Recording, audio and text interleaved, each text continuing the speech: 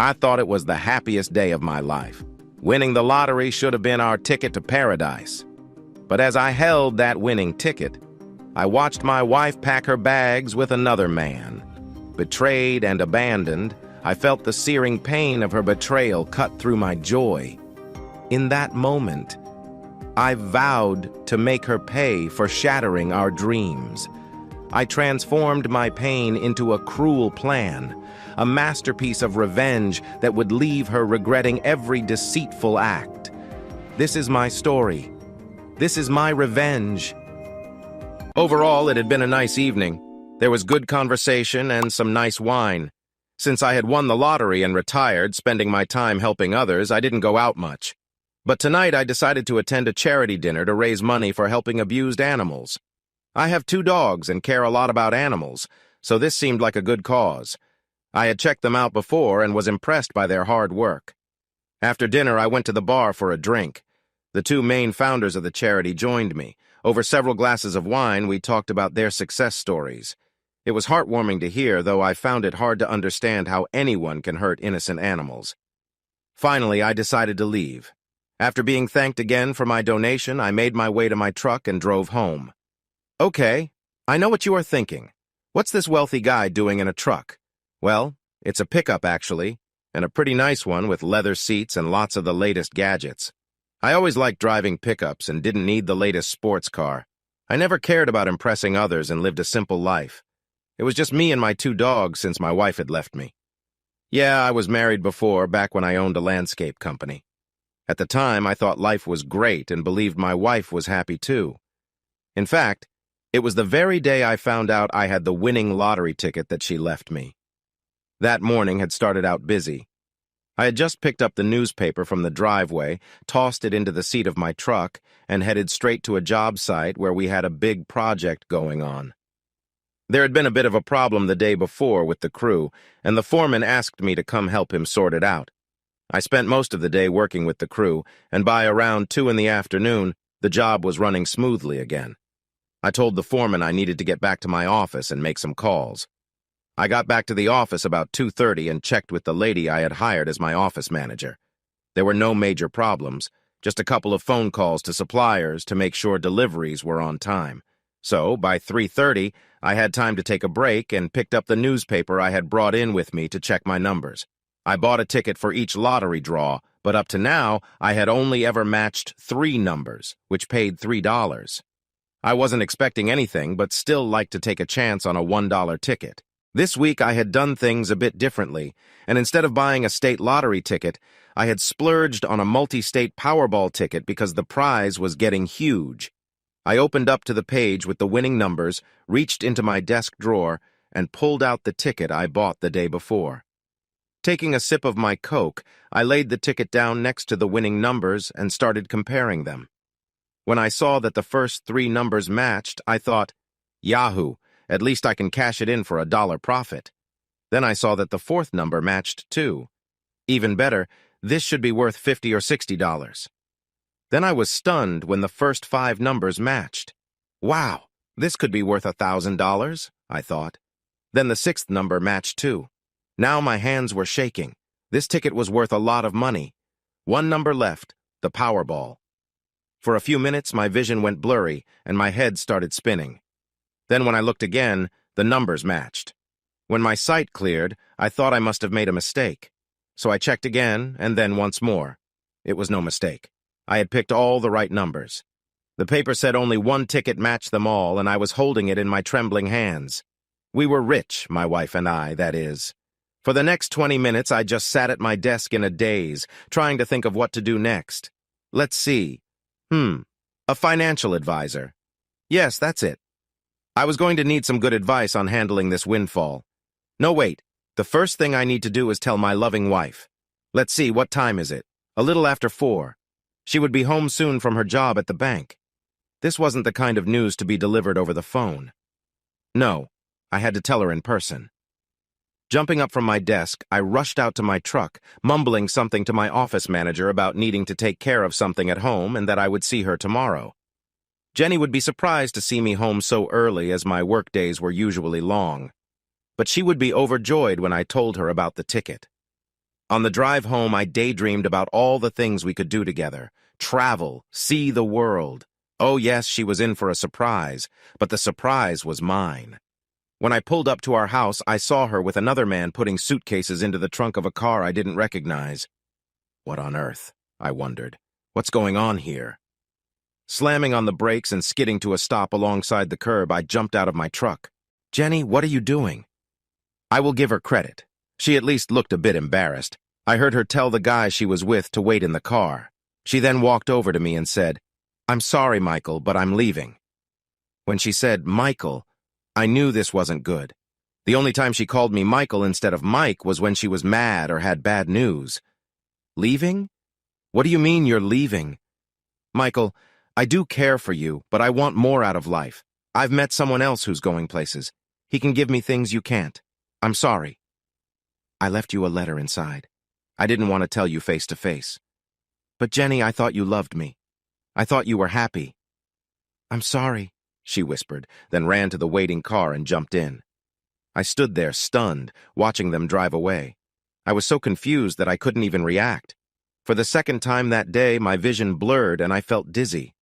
I guess I stood there for a good 5 minutes, staring at the spot where the car had disappeared down the street. Shaking my head to clear the fog, I turned and stumbled towards my house. Once inside, the first thing I did was go straight to the liquor cabinet. I grabbed a bottle of tequila and took a big gulp. I shuddered as the alcohol burned its way to my stomach. Then I took another swig, followed by a third. Each one went down easier. I must have drunk a quarter of the bottle before I remembered she had mentioned a letter. By now, I was getting pretty tipsy and wasn't in any shape to read it. It could wait. I staggered upstairs and got into the shower. I just stood there, letting the water run over me until the hot water ran out. Then I got out, looking for my friend in a bottle. Not even bothering to dry off, I found the bottle and fell into bed, hoping for the numbness of alcohol. Finishing off another quarter of the bottle, I finally managed to pass out. Needless to say, the next morning I was in no shape to go to work. I called the office and told them I had things to take care of. Being the owner, I had that privilege. With a spinning head and a queasy stomach, I made my way down to the kitchen where I saw a letter with 2 rings sitting on top of it. The events of yesterday came flooding back, and I ran to the sink to throw up what little I had left in me. With an empty stomach, I went over to the coffee maker. After getting it started, I walked to the kitchen table and sank into a chair, staring at the envelope with those rings on top. Oh, God, I moaned. Where did I go wrong? Still not able to reach for the letter, I waited for the coffee to brew. Filling a large cup, I sat down again, staring at the letter. 2 more cups later, I finally reached out and took hold of the envelope, pushing the rings to the side. I opened it. Inside, I found her letter saying that she loved me but needed more in her life. There were also signed divorce papers. She had left everything to me except what she took with her. She obviously thought what we had wasn't worth fighting for. So be it. I hadn't talked to her about how my company was doing since she didn't seem to care. That should have been my first clue, but I just thought she wasn't interested in the landscaping business. We were doing okay. My company brought in a decent paycheck. Maybe if I had told her about the buyout offer from a big company, she wouldn't have thought so little of me. Her letter went on to say that the guy she left me for had gotten a job as a bank vice president in another state. They were leaving that day and wouldn't be back. She said she was sorry to do this to me, but had to do it for herself and hoped I would understand. Understand? What I understood was that I had married someone who cared more about material things than emotional connection. Fine. If that's how she wanted it, I would make sure she didn't find out about my lottery winnings until it was too late for her to change the terms of the divorce she wanted, or come back begging for forgiveness once she found out. That wasn't going to happen. She took my love and threw it away, leaving me for another man. Hell would freeze over before I'd take her back. As my sadness turned to anger, my mind started to work again. The first thing I had to do was make sure the lottery ticket was safe until I could cash it in. So I went upstairs and got ready for a trip to the bank. I put the ticket in the safe deposit box I had there. While there, I closed our joint account and opened a new one in my name. I did the same with our credit cards. Better safe than sorry. She could decide to come back and try to clean out our accounts. My next stop was to see my lawyer. Though he didn't handle family law, he said he could file the divorce papers if I was okay with the terms. Then I told him about the buyout offer for my company and asked if he could represent me if we agreed to a few conditions. He said he would. My third stop was to a realtor to list my house for sale. I didn't know what I was going to do once everything settled, but I knew I didn't want to stay in that house, haunted by the memories of my failed marriage.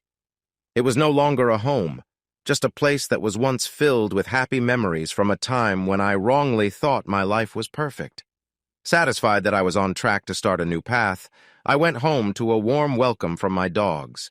At least I knew their love for me was real. I fed them and then took them out for a long walk. I will admit that the smaller one was my favorite. She would run back and forth, sniffing everything and barking at butterflies. Then she'd run back to me, looking for approval. Her playful behavior made me smile. For a while, I could forget my worries and just enjoy being with my dogs. When I got home, I went to my home office and checked my email. Nothing urgent needed my attention, so I decided to go to bed early. I was still feeling a bit sick from drinking too much the night before. I got into bed and fell asleep quickly. The next few weeks went by fast. I was busy running my company and negotiating with a company that wanted to buy it. In the end, I was happy with the deal. They agreed to keep my employees for 6 months to see how they performed. I thought most of them would keep their jobs since they were good workers. I stayed on for 2 weeks to help with the transition. Things went smoothly, but the final day was bittersweet. My employees had a going-away party for me. There were a lot of sad faces and heartfelt goodbyes. I had grown close to many of them, and it felt good to know I would be missed. All this took almost 3 months.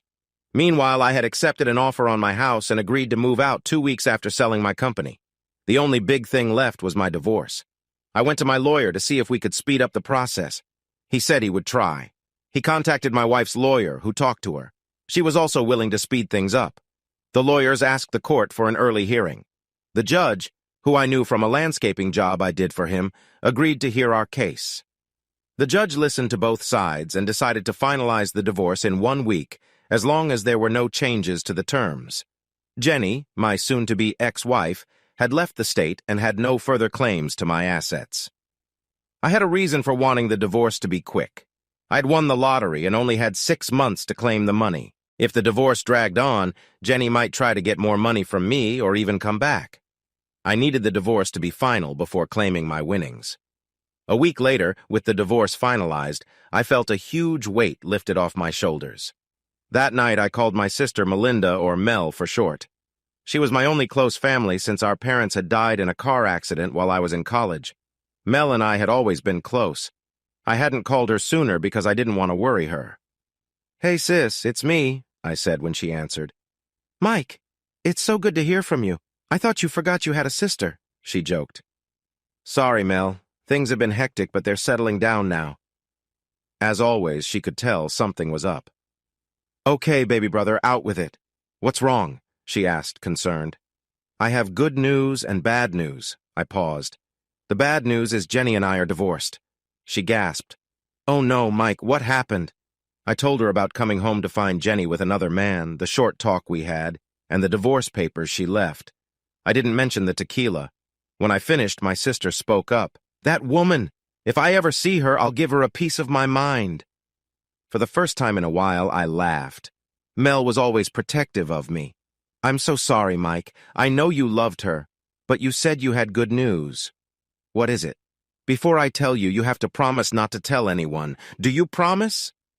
"Don't tell George about this yet, please." George was Mel's husband and father to their 2 lovely but sometimes mischievous daughters. Their relationship was something I deeply admired. Everyone could see how much they loved each other and their kids. "Mike, you know I don't keep things from George," Mel said firmly. "I know, Mel, but this is about me, not you. Everything will come out soon. Just keep it quiet for a little while. Please, Mel," I pleaded. She sighed and said, "Okay, Mike, I'll keep your secret, but I don't like keeping things from George." "I understand, sis. Just for a couple of days. Anyways, you remember the big Powerball jackpot about 4 months ago?" I asked. "Of course. I even bought a ticket. I remember only one ticket won, but I never heard who claimed it."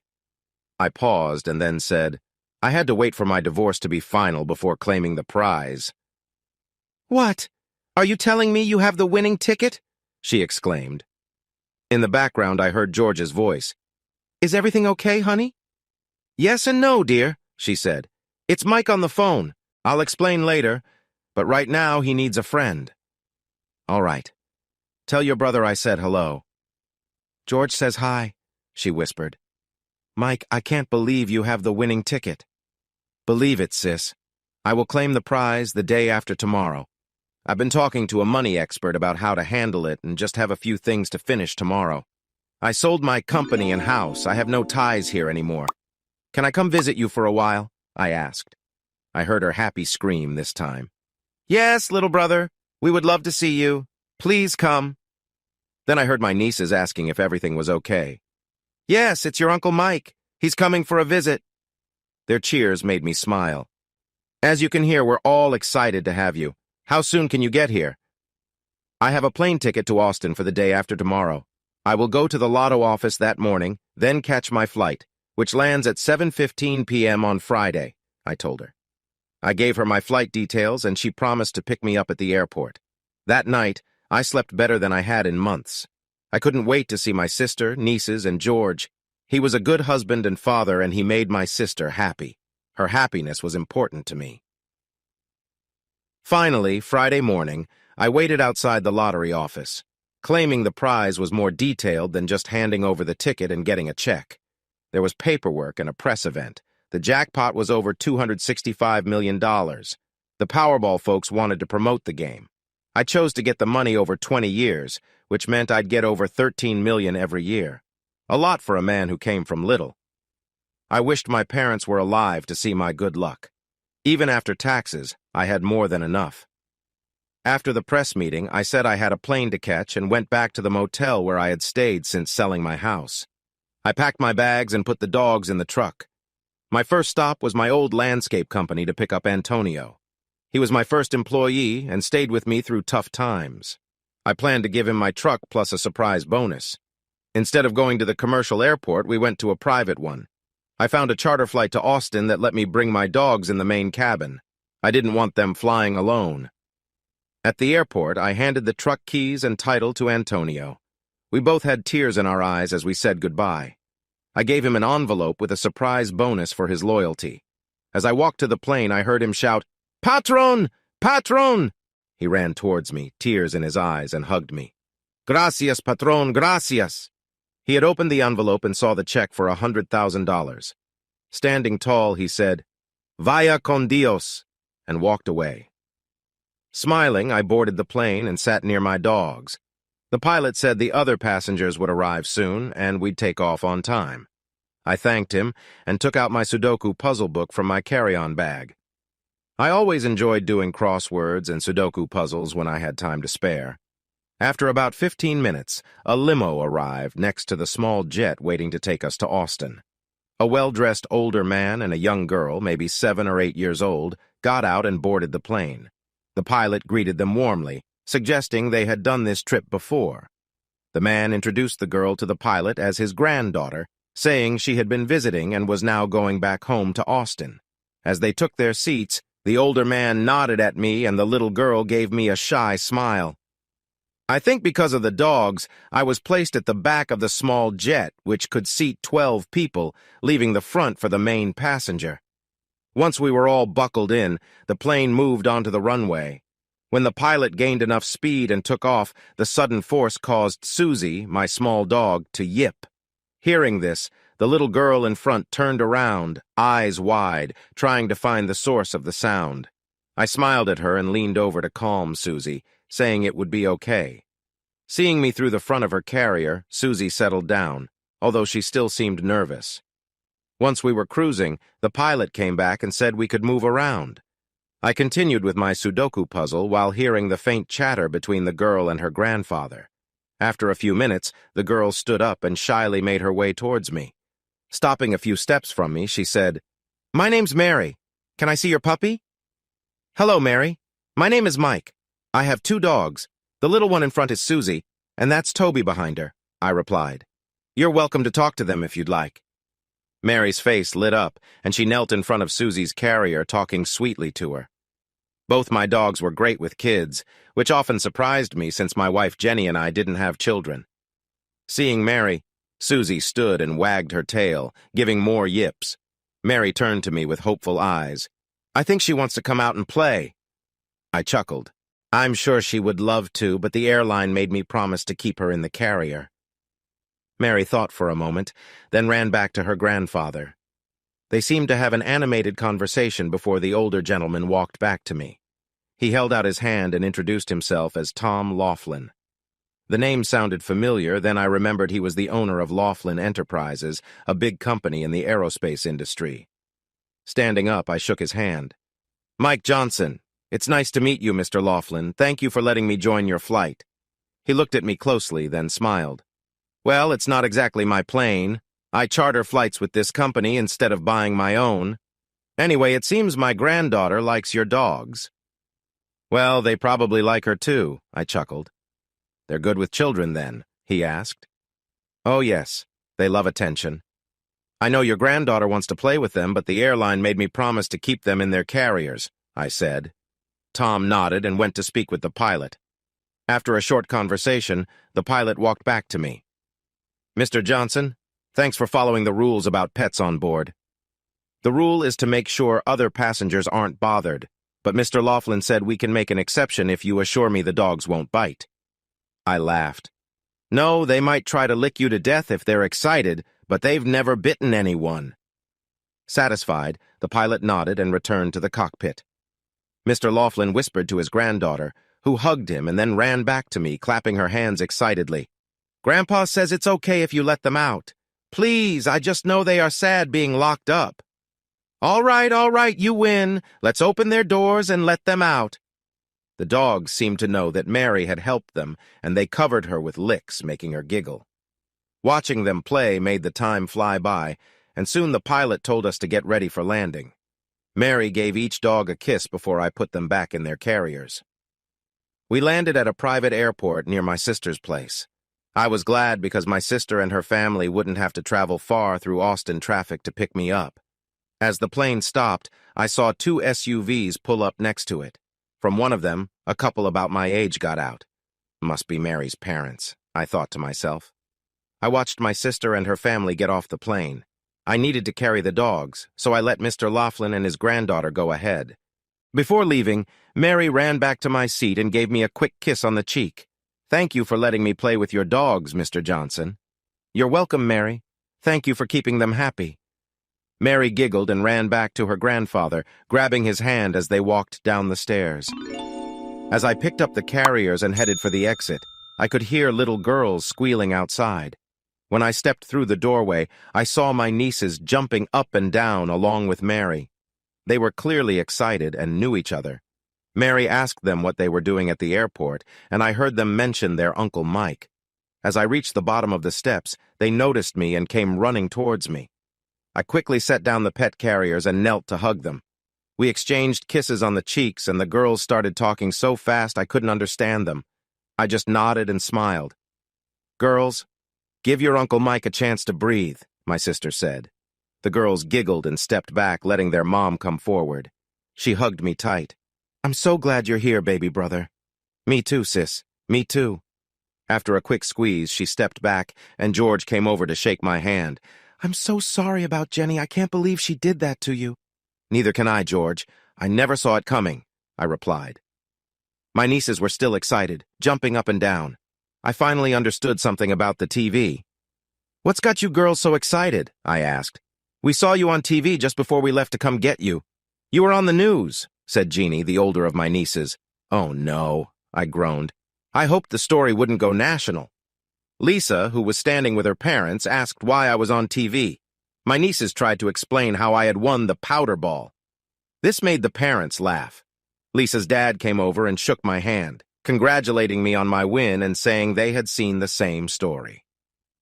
After some introductions, we finally loaded up and headed for my sister's home. The girls insisted I sit between them in the back seat and that each of them hold one of my dogs.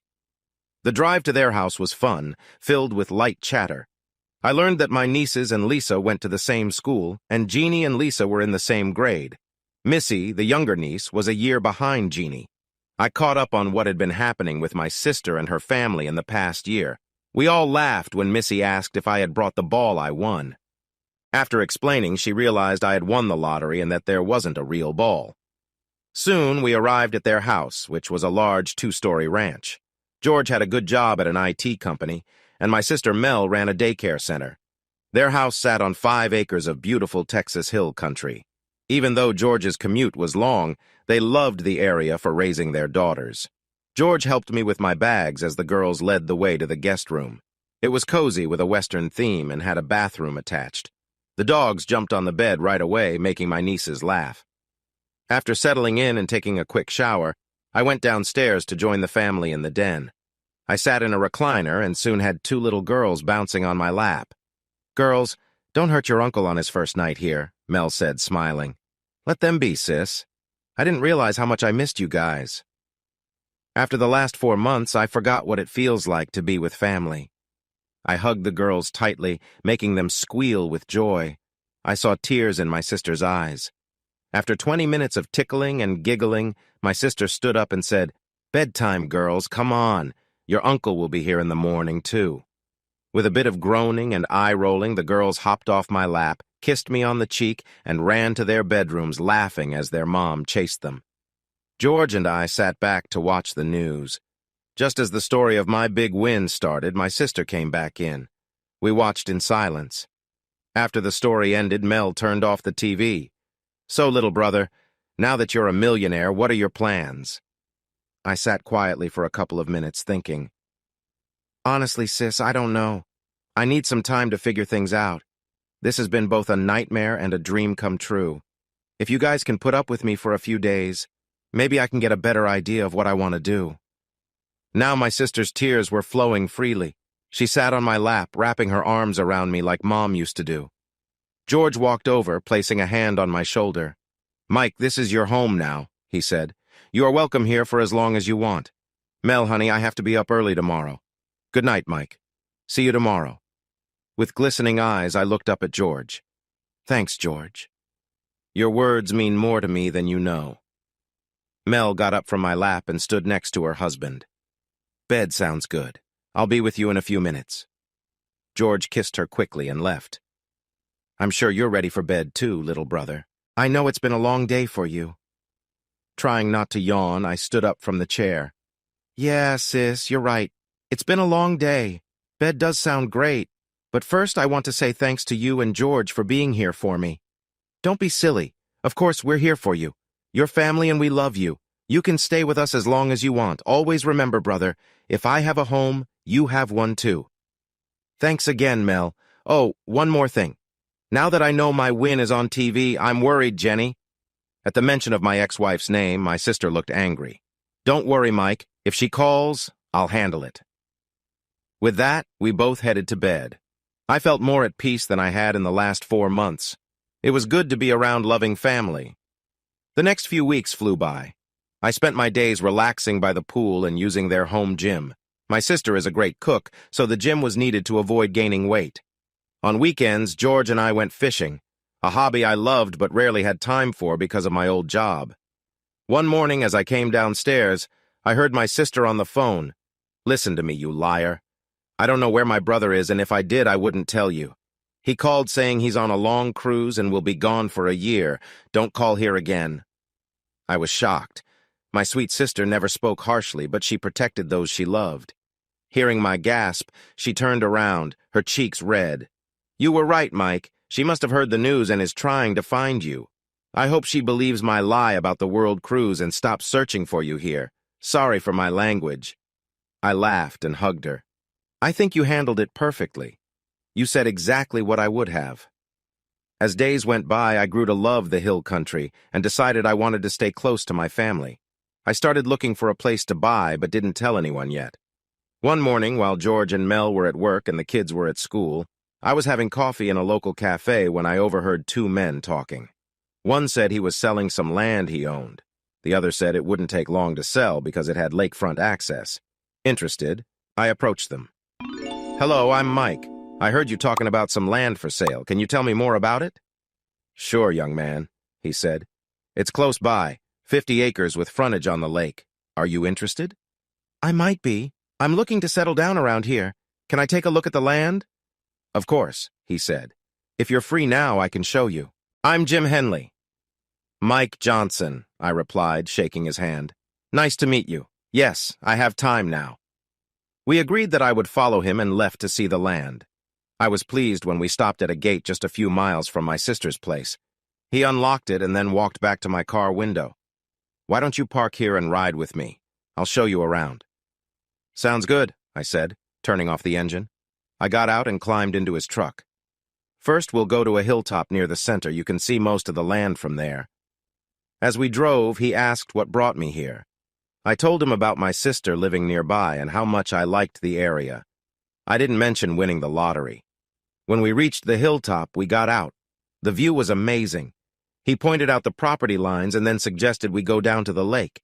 We stopped at a small cove surrounded by rocks, with a little inlet from the lake. The water is deep here. It would be a nice spot for a boat dock, Jim said. I agreed, imagining a dock there. On the way back, Jim stopped at a few more interesting spots. Then he dropped me off at the gate. He handed me a business card, writing something on the back. That's a general price I'm asking. My phone number is on the other side. If you're interested after thinking it over, give me a call. I thanked him and assured him I would contact him after talking it over with my sister and her family. As I drove back to my sister's house, I felt excited about the idea of buying the property. The thought of the cove and a boat dock made it even more appealing. After that, fishing would be much easier. That evening, I stayed quiet through dinner. Right before we finished, I said, "Hey everyone, after we clean up, can we talk?" Mel gave me a curious look. "Sure, Mike. We can go to the den. Girls, help me clear the dishes." George and I went to the den. He handed me a beer, and we chatted about the weather until my sister and nieces joined us. My sister sat next to her husband and asked, "Is something wrong?" "No, everything's fine," I said. "I've really enjoyed my time here. I love this place. I'm thinking about moving here. What do you guys think?" My nieces clapped and shouted, "Yes, yes." Mel smiled. "That would be great, Mike. I was hoping you'd stay." "Have you found a place you like?" George asked. "Yes, I have." I told them about meeting Jim and touring his property. George's eyes lit up when I mentioned the cove, perfect for a boat dock. I told him he could dock his boat there, too. George had a nice fishing boat at a costly marina. This would be much closer. My sister shook her head and smiled. Boys and their toys. But she also liked going out on the lake with George. After the girls went to bed, I asked if they knew someone who could tell me if Jim's price was fair. I didn't know the property values here. Mel said she was friends with the real estate agent who helped them buy their house. Said she could help. That night, I went to bed thinking about what kind of house I would build. The next evening, Mel told me she talked to her friend, the agent. She suggested we all tour the property on Saturday if I could arrange it with Jim. I said I would call him.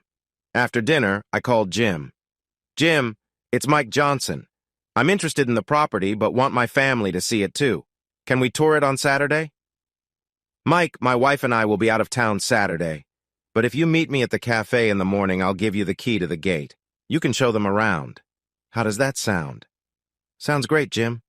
I'll see you in the morning." I told Mel about the plan, and we decided to visit the property on Saturday. On the day of the tour, Mel's friend, Renee, joined us. We loaded into the SUV and drove to the property. We first stopped at the hilltop where we got out to enjoy the view. It was just as stunning as before.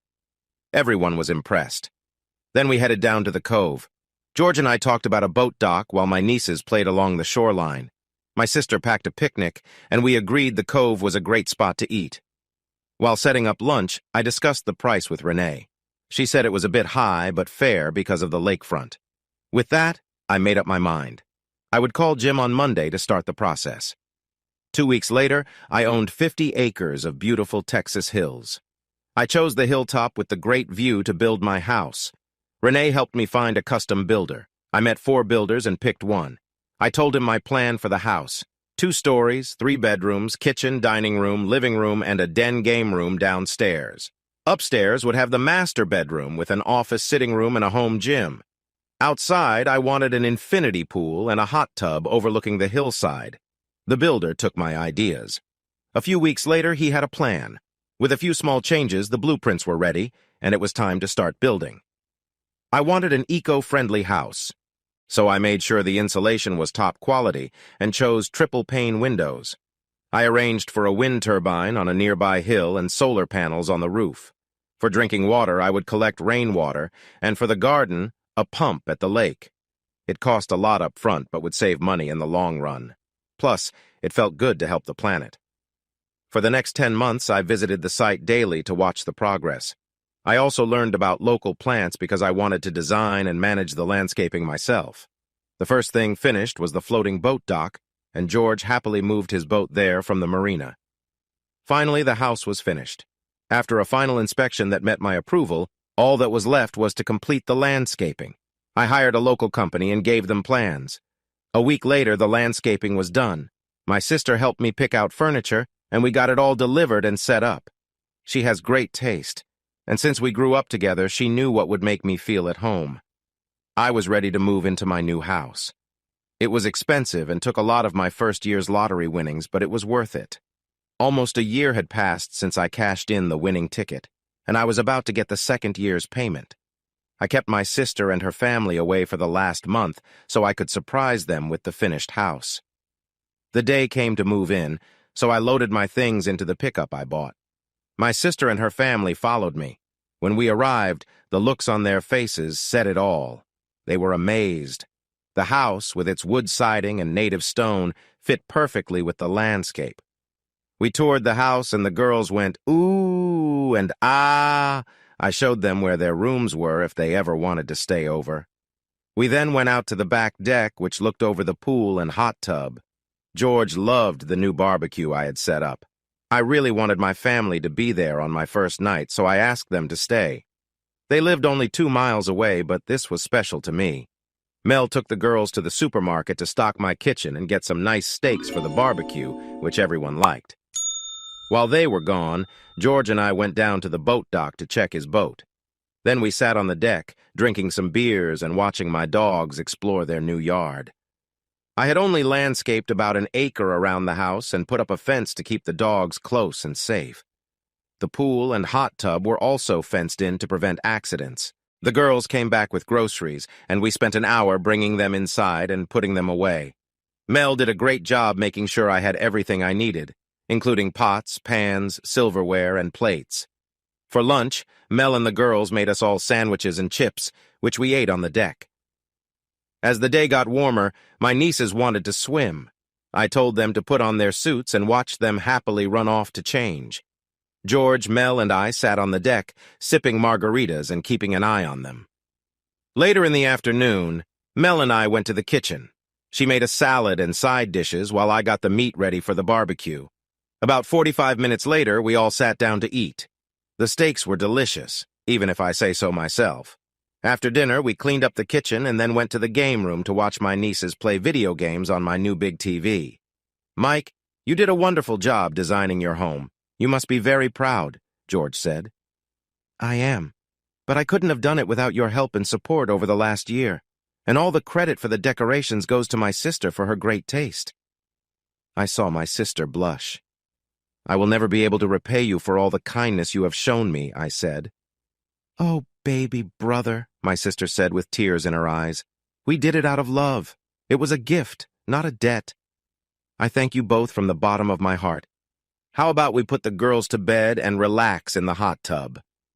We spent an hour enjoying the warm water under the stars before agreeing it had been a long day and we should go to bed. As I climbed the stairs to my room, I peeked in on my nieces. They were sound asleep, each with a dog tucked under their arms. I slept hard that night and woke up to the smell of breakfast. I put on my robe and went to the kitchen where my sister was cooking a big meal. There were eggs, ham, sausage, hash browns, toast, and juice. It was a breakfast fit for a king, which is how I felt in my new home. After breakfast, my sister and her family went back home. The house felt very quiet after they left. I realized living alone would take some getting used to. My dogs came over and sat by my feet. "Well," I said, "how about we go exploring?" We spent the day wandering around my new property. A couple of weeks later, the second year's lottery winnings were deposited in my account. It was time to decide what to do with my time and money. The last year had been busy with building the house, but now I had time on my hands. I still planned to visit my sister and go to my niece's soccer games, but I wanted a purpose.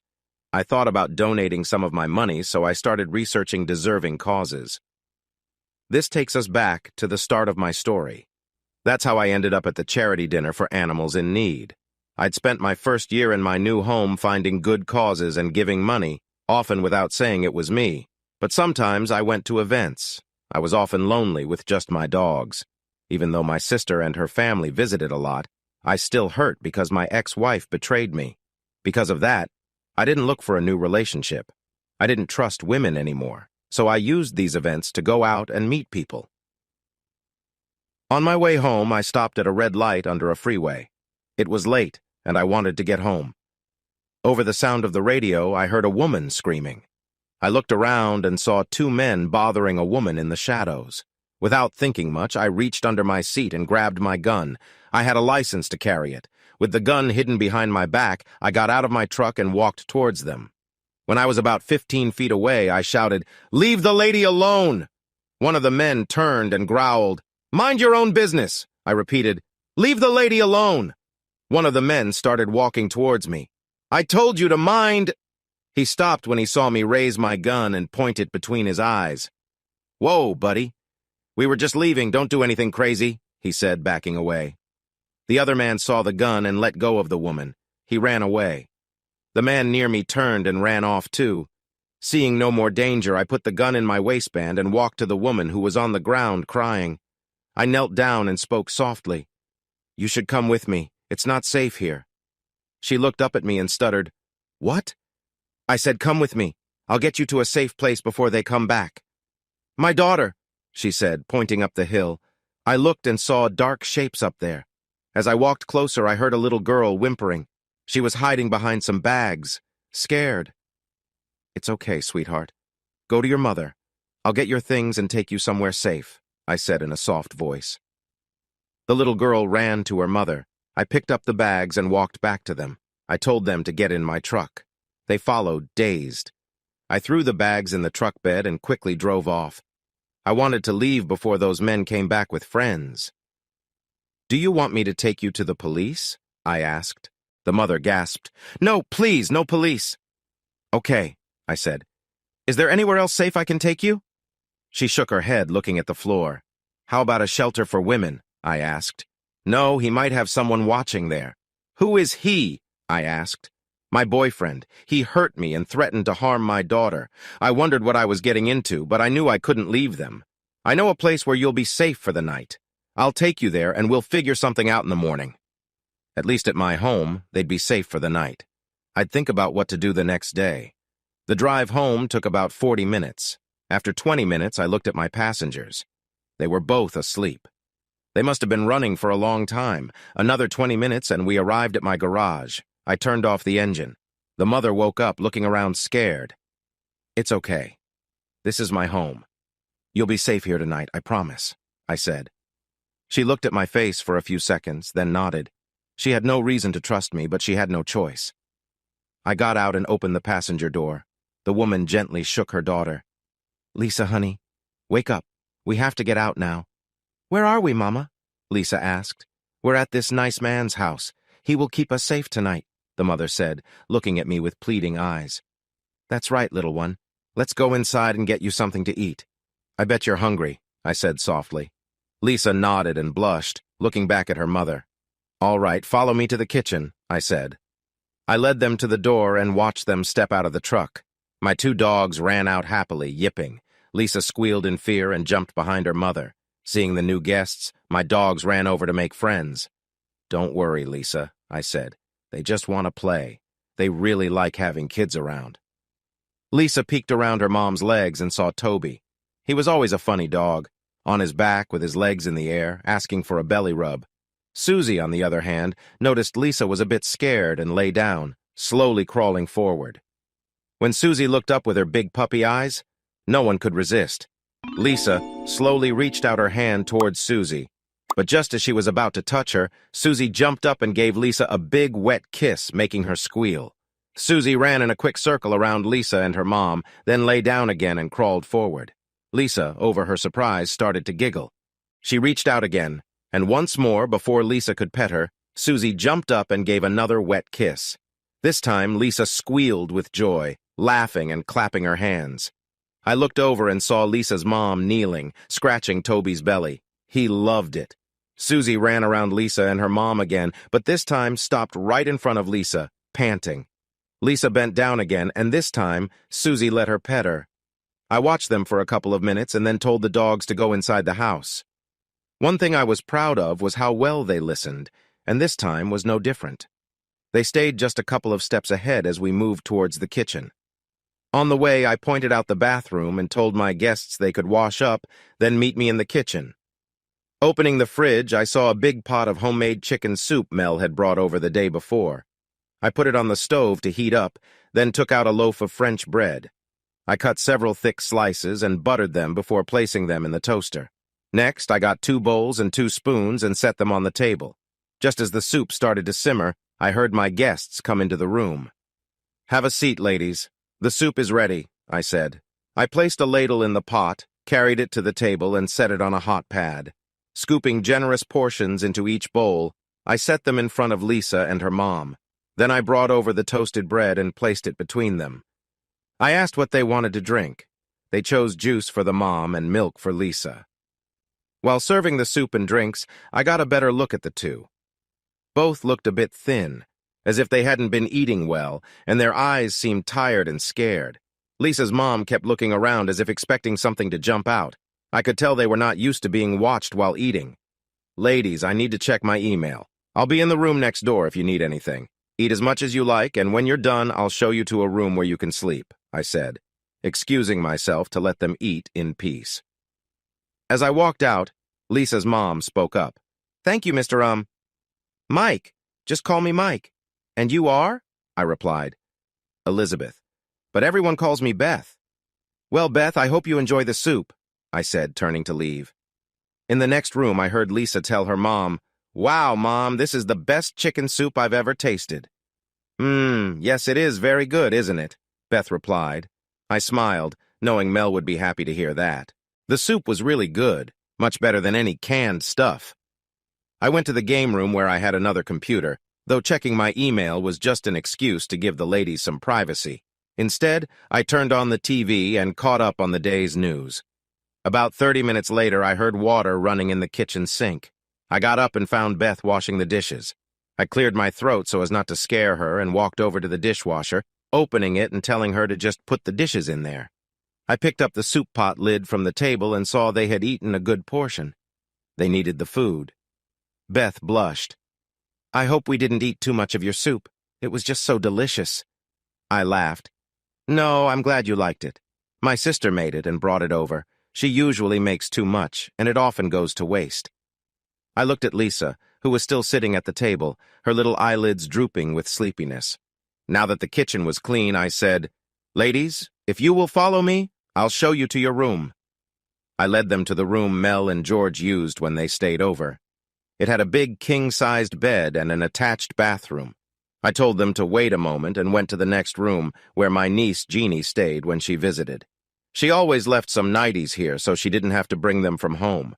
It had become usual for the girls to spend at least one weekend a month here so my sister and her husband could have some alone time. I came back with a nightie and a robe in hand. Giving them to Lisa, I said, "These should fit you. They belong to my niece, and she's about your size. And for you, Beth, I believe my sister keeps something you can wear in the closet over there." Beth. "The bathroom is through that door," Mike said. "There's soap, shampoo, and fresh towels. You can use the shower or the bath, and there's lots of hot water." Beth felt embarrassed and looked down. She knew they hadn't been able to clean up recently. "Oh, one more thing. The door locks so you can feel safe. If you need anything, my bedroom is at the top of the stairs, first door on the right. Good night, ladies." Mike closed the door and turned towards the stairs. Beth quickly locked the door behind him. He smiled as he heard the lock click and walked upstairs to his bedroom. I can't blame them, he thought. They're in a strange house with a stranger. He got ready for bed and lay down, wondering what tomorrow would bring with his unexpected guests. Eventually, he fell asleep. Once Mike said goodnight and closed the door, Beth locked it. She couldn't help but wonder what kind of man would bring two strangers from the side of the road into his home. From what she had seen, he seemed well off. Although he seemed nice, she had been tricked by men before. After he left, she looked around the room. There was a large bed. She opened the bathroom door and gasped. It was as big as her last bedroom. There was a walk-in shower and a large bathtub. She turned to her daughter. "Come on, sweetie, let's get you cleaned up and ready for bed." Lisa yawned and followed her mom into the bathroom. Beth helped her daughter take a bath, put on the nightgown Mike had given them, and then tucked her into the big bed. Lisa fell asleep immediately. Beth found a simple nightgown and robe in the closet and went back to the bathroom. She filled the bathtub with hot water and sighed as she got in. As she soaked, she remembered the men who had tried to hurt her earlier that night. She shuddered and sobbed. "Thank God for Mike," she thought. "What would they have done to my daughter if they found her?" The warm water calmed her, and she enjoyed the bath, knowing it might be a long time before she could do this again. She thought Mike would probably take them back to where he found them in the morning. When she could no longer stay awake, she got out, put on the nightgown, and joined her daughter in the big bed. Mike woke up early as usual. He used the bathroom and put on his jogging suit. He went downstairs to let the dogs out. His coffee maker had already brewed a fresh pot, so he poured a cup and went to the deck, thinking about last night. He wasn't sure what to do with his guests, but he felt he had to help them. He usually donated to charities but hadn't personally helped anyone before. He noticed Beth seemed to have trust issues with men. He thought maybe his sister Mel could help. He decided to call her after breakfast. Feeling settled, he went for his usual jog around the property. He figured Beth and Lisa would sleep late since they were so tired. He was right. When he got back, he heard them starting to wake up as he went up for his shower. He showered and shaved quickly, then went to the kitchen to make breakfast. Denver omelets were his specialty. He prepared the ingredients and made hash browns the way his sister had taught him. He started a fresh pot of coffee in case Beth wanted some. As he finished the first omelet, he heard the bedroom door open. The two guests followed the smell of breakfast to the kitchen. He smiled at the sight of them peeking through the door. "Come on in, ladies. Have a seat. Breakfast is almost ready." Their eyes lit up. They were both wearing robes. Beth helped Lisa into a chair and then turned to Mike. "Can I help with anything?" she asked.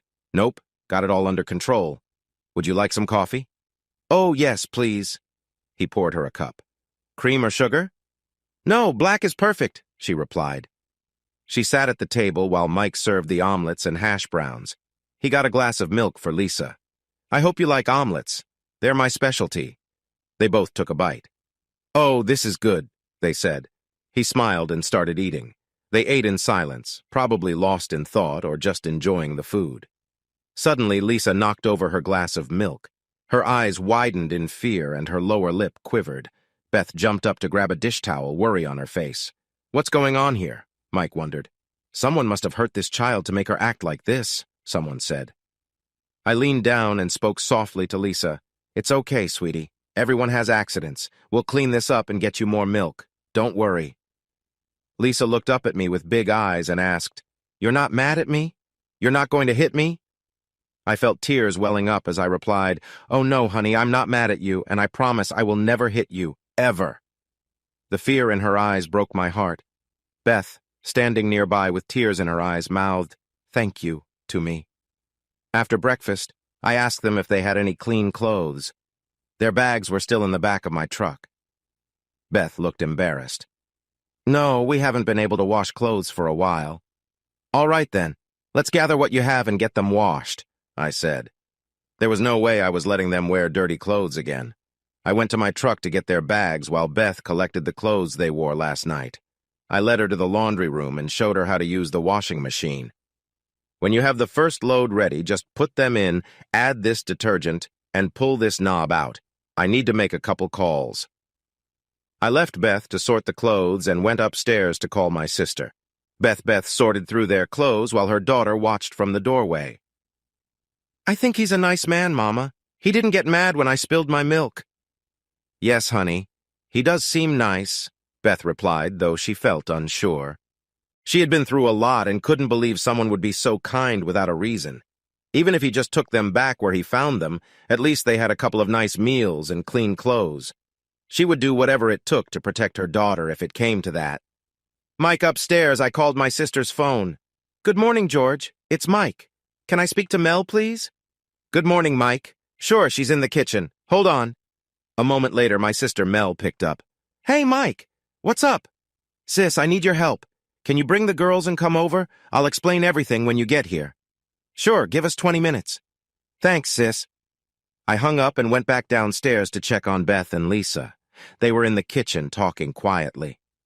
Let's find something for you to wear while we wait for the laundry, I said. Beth, you can borrow something from the closet in the room you slept in. Lisa, we'll find something in the other bedroom. My niece is about your size. In Jeannie's room, we found a t-shirt, shorts, and clean underwear for Lisa. I left them to change. Soon, they came out dressed in clean clothes. Beth had put on a sundress my sister kept here. It was a bit big, but covered her well. Let me show you around while we wait for the washer to finish, I said. Follow me to the back deck. You'll like the view. Beth and Lisa followed me outside. They both seemed impressed with the view. My dogs, Susie and Toby, heard us and came running. Lisa's eyes sparkled when she saw the dogs. She dropped to her knees, giggling as the dogs licked her face.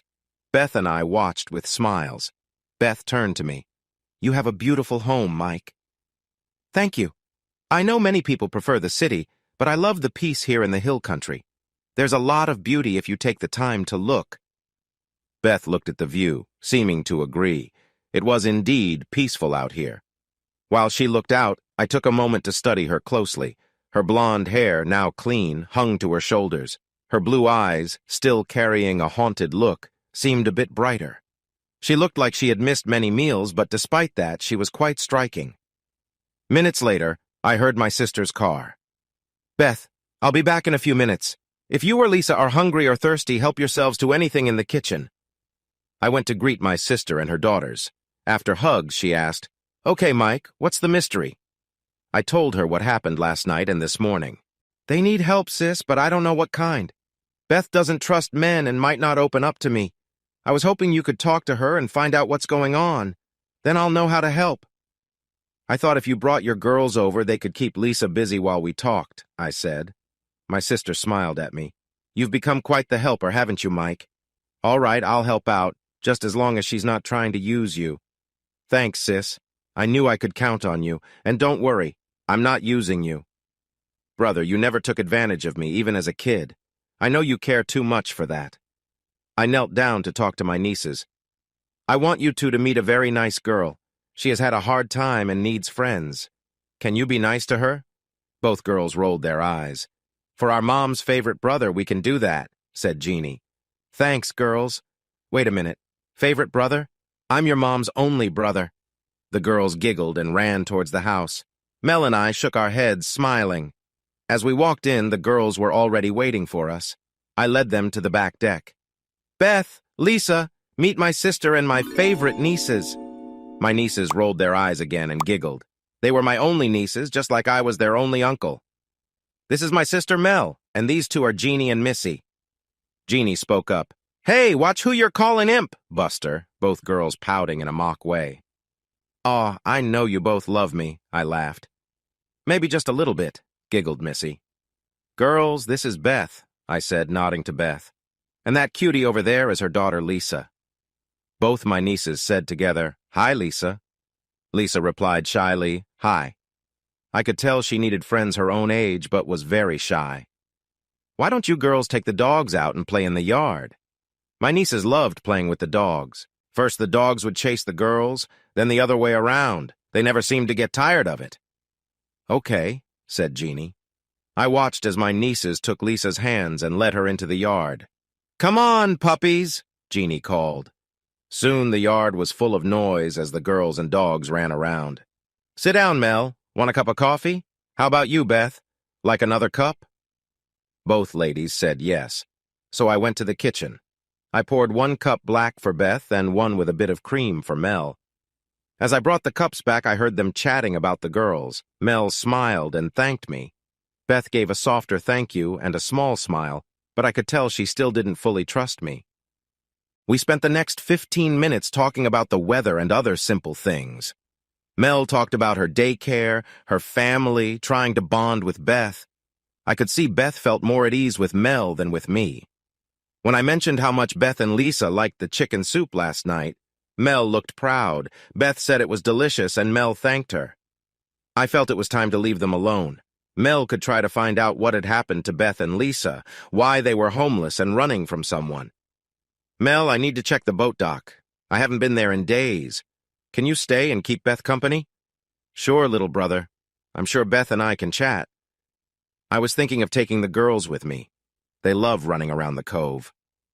Beth, is it okay if Lisa goes with the girls? I'm sure she'll have fun, Mel asked. Beth's eyes showed a hint of panic. The idea of letting her daughter go with a man she didn't know well was scary. I don't know, she stuttered. Beth, Mel said softly. Other than my husband, there's no one I trust more than Mike. Believe me, he will keep Lisa safe. The boat dock is private and on Mike's land. She will be safe. Why don't we ask Lisa if she wants to go? Beth looked at Mel and then at me, thinking hard. Finally, she said, I guess it's okay if you're sure. That is, if she wants to go. I walked to the deck railing and called out, Girls, do you want to go to the boat dock with me? My nieces started jumping up and down. Yes, yes, can Lisa come too? Why don't you ask her and see what she says? She's welcome to come along. My nieces huddled around Lisa, begging her to come. I don't know, said Lisa, looking worried. Mama said I shouldn't trust strange men. Jeannie giggled. He's not a strange man. He's Uncle Mike. He'll take care of us. You'll like the boat dock. We can skip rocks on the water. Please come. Lisa was unsure. On one hand, she really wanted to spend more time with her new friends. On the other hand, the idea of being away from her mom worried her. Finally, she decided she wanted to go. Okay, I'll ask Mom, but I don't think she'll let me. With that, the three girls ran onto the deck. Lisa stopped in front of her mother while my nieces stood behind her. Mom, can I go with Jeannie and Missy to see the boat? Please, please, my nieces begged, all three giving Beth big puppy dog eyes. Lisa, are you sure you want to? Beth asked. Yes, Mom. Jeannie and Missy will take care of me. Yes, Miss Beth, we'll take care of her, Jeannie pleaded. Beth turned to me. How long will you be gone, Mike? We'll be back in about an hour. That way the girls can have fun and still be back in time for lunch. Well, if you're sure you want to go, Lisa, then I guess it's okay. Oh, thank you, Mom, Lisa cried, hugging her mother's neck. With that settled, I said, Load up, girls. Take the dogs while I get my keys. The girls ran to my truck, chatting excitedly like I was taking them to Disney World. As they ran through the door, I turned to Beth. She'll be fine, I promise, and I'll bring her back if she's not having fun. Beth nodded and looked down, still worried if she made the right choice. It only took a few minutes to reach the cove. As soon as I turned off the engine, the girls and the dogs jumped out and started playing. I sat in the shade of a large oak tree, watching. I always enjoyed watching the girls and dogs play. Sometimes one of the dogs would run over and give me a big lick, showing they were having fun. Jeannie and Missy also took turns running over to hug me. Whenever my nieces hugged me, I could see Lisa watching. I thought she wanted to join in, but I didn't push her. She needed to decide for herself if she could trust me. I even let them take off their shoes and wade in the shallow part of the cove. Finally, it was time to leave. I told the girls to put their shoes on while I checked the boat. I saw Lisa whispering to the other girls. A minute later, all three came to me. Jeannie and Missy stood behind Lisa.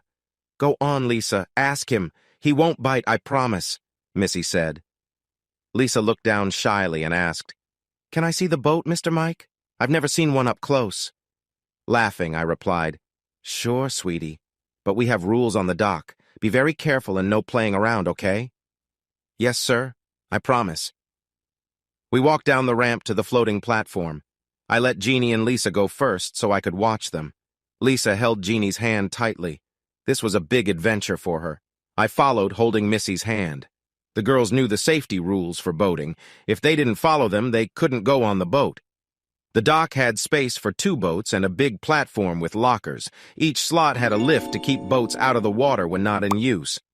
I told the girls to wait while I lowered the boat. Once the boat was in the water, I took off the cover and climbed in. First, I called Missy and lifted her into the boat. Then I told Jeannie to bring Lisa over. I lifted Lisa in next. She looked surprised when I touched her, but I quickly put her in the boat next to Missy.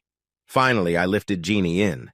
I sat in the driver's seat and told Lisa she could sit next to me. I explained the different parts of the boat. She nodded the whole time. I knew we needed to get back soon to avoid worrying Beth. Okay, girls, I said. I'd love to take you for a ride on the lake, but I didn't ask your moms. We need to get back for lunch. I stepped out and lifted Jeannie to the platform first. Lisa came next, this time letting me lift her without hesitation. Last, I lifted Missy out. The three girls held hands and whispered to each other while I covered the boat and lifted it out of the water again. We walked back to my truck the same way with Jeannie and Lisa holding hands and Missy and me behind them. I got everyone back in the truck, and we headed home. When I turned off the engine, everyone got out. This time, the three girls waited for me. As I walked up, Lisa said, "Thank you, Mr. Mike. I had a lot of fun." "You're welcome, honey. I'm glad you enjoyed yourself." "Thanks, Uncle Mike. We had fun too," Jeannie said. She and Missy hugged my legs. "You're welcome, girls. Now let's go inside and let Lisa's mom know we're back and safe. Then it'll be time for lunch." "Would you girls like me to make some of my famous hamburgers?" asked Uncle Mike. Jeannie and Missy jumped up and down. "Yes, yes, yummy!" they exclaimed together. Missy turned to Lisa. "My Uncle Mike makes the best hamburgers in the whole wide world," she said proudly. We walked into the living room and saw Mel and Beth sitting together. I noticed Beth had been crying. I looked at my sister, who mouthed "later" to me. I nodded. Lisa, still full of excitement, ran to her mother. "Mama, Mama, we had so much fun. We skipped rocks, waded in the water, and I even got to sit in a boat." Beth turned to me with a serious look. "You took my daughter on a boat?" she asked. I held my hands up. "Whoa, hang on. We just sat in the boat at the dock. I didn't even start the engine. I was with them the whole time. I wouldn't take Jeannie and Missy out without their parents knowing and saying yes." Beth's expression softened. "Oh, Mama, don't be mad. I had so much fun. Mr. Mike told me the safety rules, and Jeannie looked out for me the whole time," Lisa pleaded. Beth hugged Lisa. "It's okay, baby. Mama's not mad. I'm glad you had fun." Then she looked up at me. "I'm sorry, Mike. I should have listened first." "That's okay, Beth. No harm done. Now how about those burgers I promised the girls?" Mel spoke up for the first time. "Oh yeah, Beth. You have to try Mike's hamburgers. He's really good at grilling. How can we help, Mike?" "Nothing needed, ladies. This is my treat. Jeannie, Missy, why don't you show Lisa the game room, and you two can relax with your tea while I get everything ready." Without waiting for an answer, I walked into the kitchen. Mel and Beth looked at each other and shrugged. I got to work, seasoning the meat, slicing tomatoes and onions, and prepping the lettuce. I laid out different cheeses on a platter so everyone could choose what they liked. I opened a can of baked beans and put them on the stove to simmer. Then I took the patties and buns outside to the grill, fired it up, and started cooking. While the burgers were on the grill, I sat on the deck, sipping iced tea, thinking about the day and what Mel might have learned about Beth and Lisa. Just before the patties were done, I toasted the buns on the grill. Then I brought everything inside and set it all up on the counter. I called out, "Mel, Beth, tell the girls lunch is ready." I sat down at the table to wait. Everyone must have been hungry because they quickly filled the kitchen. "Okay, moms, help the girls make their burgers just the way they like them." Mel went to the counter with Beth. "You make one for Lisa, and I'll start with Missy. Missy, honey, come tell me what you want on your burger." Soon, everyone had their plates, and we all sat at the table. I got up to make my own burger and noticed everyone watching me. "Go ahead and eat, ladies. Don't wait for me." Beth took a bite of her burger and smiled. "Oh, Mel, you weren't kidding. This burger is amazing." I grinned at the compliment and joined them at the table. The girls chatted happily while we ate. I stayed quiet and listened. After lunch, Mel and Beth insisted on cleaning up. I didn't argue because I prefer cooking over cleaning. While they cleared the table, I took the younger girls back to the game room. I sat in my favorite chair and watched them play a video game. I must have been more tired than I thought because I nodded off. I woke up to someone gently shaking my shoulder. "Mike, little brother, wake up." I opened my eyes to see my sister smiling at me. "I guess I needed a nap," I said with a sheepish smile. "Must be a sign you're getting old," teased Mel. "It's time for the girls and me to go home. We don't want George worrying." "Okay, sis. I'll walk you out." I stretched and followed Mel to the car. Beth stood at the door, watching. Lisa and my nieces were already by the car, waiting. "Get in the car, girls. Your dad's waiting," Mel said. Then she turned and hugged me, whispering, "Call me when you get a chance." I hugged her back. "I'll call you later, sis." As I walked back to the house, I saw Lisa run to her mother. They both waved as Mel drove away. I wondered what Mel had found out. Back inside, Beth spoke to me. "Your sister is very sweet and her daughters are adorable." "I really like Jeannie and Missy," Lisa added. "And I can tell they really like you too, sweetie. And yes, Beth, I think they are very special people, and not just because we're related. Have you checked out the game room yet?" "No, not yet, but I did hear the girls talking about it." "Then come with me. I'll show you how to work the TV. Lisa already knows how to work the video games, and I have a collection of board and card games too. I will leave you two to have some fun. I work from home, so I need to spend some time in my office." I took them to the game room and showed them where everything was. Then I excused myself and went back upstairs. Once in my office, I checked my emails and replied to a few urgent ones. I wanted to give Mel time to get home and talk with George, as I knew he would be curious about why I invited the girls over, but not him. With Beth feeling uneasy around men, I figured it would be better if just the girls came over. Half an hour later, I finished my emails and was eager to talk to Mel, so I called. Like this morning, George answered the phone first. "Hi, George, it's Mike," knowing he could see who was calling. "Hello, Mike. What's this Mel has been telling me? You're now picking up strange women and taking them home?" "Oh, geez, George, it's not like that at all," I pleaded. I heard George chuckle. "If you say so, buddy. Hang on, I'll get your sister. I know she wants to talk to you." A minute later, my sister picked up. After a few pleasantries, she began telling me about her conversation with Beth. At first, Beth was hesitant to open up, but as they continued to talk, she shared more and more. Beth told Mel how her father had left her and her mother to struggle. Her mother worked 2 jobs until Beth finished high school. Once out of school, she got a job, and they were getting by. But then, Beth got pregnant with Lisa, and the father left town as soon as he found out. After Lisa was born, Beth stayed with her mom and worked at a diner to support them. Her mom watched Lisa when Beth worked. About a year ago, Beth met another man.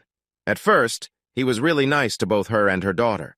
But 6 months ago, Beth's mom passed away, and the new boyfriend convinced her to move in with him. That's when things started to change. He became abusive. Beth didn't really know what he did for a living, as he was always vague about his work. She finally suspected he was dealing drugs. A month ago, things came to a head when he came home drunk and high. There was a fight, and he beat her, threatening to kill her and her daughter. Beth managed to get Lisa and locked themselves in a bedroom until he passed out. She grabbed what little they could carry and decided to leave. On their way out, she saw some money her boyfriend had dropped. She took it, and they left. They made it to the highway where a trucker gave them a lift into Austin. They got by on the money for a while, living in cheap motels. But Beth couldn't find work, and they eventually found themselves on the streets. That's when I found them under the bridge. Now she's scared her ex-boyfriend is still looking for them and will hurt her and Lisa if he finds them. "Wow, Mel," I said, after hearing everything. "I can see why she doesn't trust men. But if it's all true, she doesn't deserve what's happened to her. Now, I have to figure out how to help her and Lisa." "Mike, I looked into her eyes as she told me her story, and I don't think she was lying," my sister said. "Thanks again, sis. You got the answers to the questions I had about her, and thank George for letting you help out today." After saying goodbye, I sat back to think about what my sister had told me. I stood up and went back downstairs. I needed to figure out what to do next, and a lot depended on Beth. I entered the game room and saw Lisa watching cartoons while Beth read a magazine. Lisa looked up at me as I entered, and I smiled at her. "You can keep watching your cartoons, sweetie. I just need to talk to your mom in the living room, okay?" Lisa smiled and nodded, turning back to the TV. I turned to Beth and saw her eyes darken, but she got up and followed me to the other room. So, Mike, what happens now? Are you going to take us back to where you found us? Beth asked, worry clear in her voice. Is that what you want, Beth? To put your daughter back on the streets? To face the dangers like last night? I asked. When I said this, Beth sank down onto the couch, tears flowing from her eyes. No, I don't want that for Lisa, she said emphatically. But I don't know what to do. I have no family and nowhere to go. What would you like to happen, Beth? I don't know, Mike. I'm all out of answers. I do know I'm tired of running and being afraid. We sat in silence for a moment before I said, Will you let me help you and Lisa? Beth looked at me, suspicion filling her eyes. Why would you do that for us, Mike? You don't even know us. What's in it for you? First off, Beth, I neither expect nor want anything from you or Lisa in return. I was lucky and got some money recently. For the past year, I've been helping people by giving money to good charities, but I haven't been helping people directly. Maybe I'm being selfish. If I help you and Lisa fix your lives, I'll feel good about it. So it's up to you, Beth. I'm offering to help you and your daughter, but I can't force you. You and Lisa can talk it over and decide by tomorrow. If you want my help, we'll make a plan together. You can leave anytime you want. The only thing I ask is that you try your best for yourself and your daughter. If you don't trust me, I can take you wherever you want tomorrow. It's your choice. I'm tired and didn't sleep well last night, so I'm going to bed. You and Lisa can use the game room and eat anything you find in the kitchen. You already know where to sleep. Good night. I stood up, walked to the stairs, and went to my bedroom, leaving Beth to think about what I said. Beth sat and stared at Mike's back as he went upstairs. Is this real? She wondered. Could Mike really want to help without wanting anything back? She thought about everything he had done since he found them. He rescued her from a bad situation and took them to his home. He gave them food and a safe place to stay. And she remembered his sister Mel and her little girls who clearly loved Mike. He hadn't tried anything inappropriate, in fact. He said clearly he wanted nothing from her. Would it be so bad to accept his help? If he was like the other men in her life, she could leave with Lisa again. But for now, they had clean clothes, hot meals, and a warm bed. She saw that Lisa was already happier from playing with kids her own age. Beth decided to accept his offer but stay careful about his intentions. She had to try this for her daughter's sake. In my room, I took a shower and got into bed. I couldn't sleep easily, thinking about the story Beth told Mel about her life. If it was true, I hoped she would let me help her, especially for her daughter. My sister told me that their clothes were very old and worn, so the first thing would be to get new clothes for both of them if Beth decided to stay. Then, we need to get Lisa into school. I would need to talk to Beth about getting her school papers. With these thoughts in my mind, I finally fell asleep. The next morning, I woke up at 6 a.m. like usual. I put on my jogging suit, let the dogs out, had a cup of coffee, and went for my morning run. Unlike yesterday, I found Beth and Lisa in the kitchen when I came back. Lisa was sitting at the table watching her mom cook. Beth turned towards me when I walked in. I hope you don't mind. I thought I would make breakfast this morning. No, not at all. I'm just going to take a quick shower and I'll be back, I said, heading to my room. I showered and shaved quickly, got dressed fast and went back to the kitchen. My timing was perfect as Beth was just putting the plates on the table. I sat down and looked at Lisa. She gave me a shy smile and said, Good morning, Mr. Mike. Good morning, sweetie. How are you today? I'm good, she giggled. And Beth, how are you this morning? I asked. I'm good, she said with a slight smile, making Lisa giggle again. I started eating breakfast, 2 fried eggs, 2 pancakes, sausage, and toast. It was really tasty. I have to say, Beth, this breakfast is great. Your pancakes are light and fluffy. You have to show me how to make them like this. Beth saw I was sincere and looked pleased. Note to self, Beth needs more compliments. Lisa was humming as she ate, and it made me happy. When she finished, she looked up. Mr. Mike, can I go outside and play with the puppies? It's fine with me, Lisa, but you better ask your mother. Can I, Mama? Beth thought for a moment. Okay, honey, just be careful. I will, Mama, said Lisa, jumping up to kiss her mom on the cheek before running outside. I looked at Beth. She really is a sweet child. Yes, she is. I think I would have given up sometimes if not for her. She is the center of my life. We sat quietly, drinking our coffee. Then I asked, "Have you made your decision, Beth?" "Yes, Mike, I have. It would be foolish to turn down your offer. For the sake of my daughter, I will accept. I still have some concerns about your motives, but I will trust you for now until you prove otherwise." "I understand, Beth, and that's okay. I get why you'd have concerns. Now, if you'll excuse me, I have a phone call to make.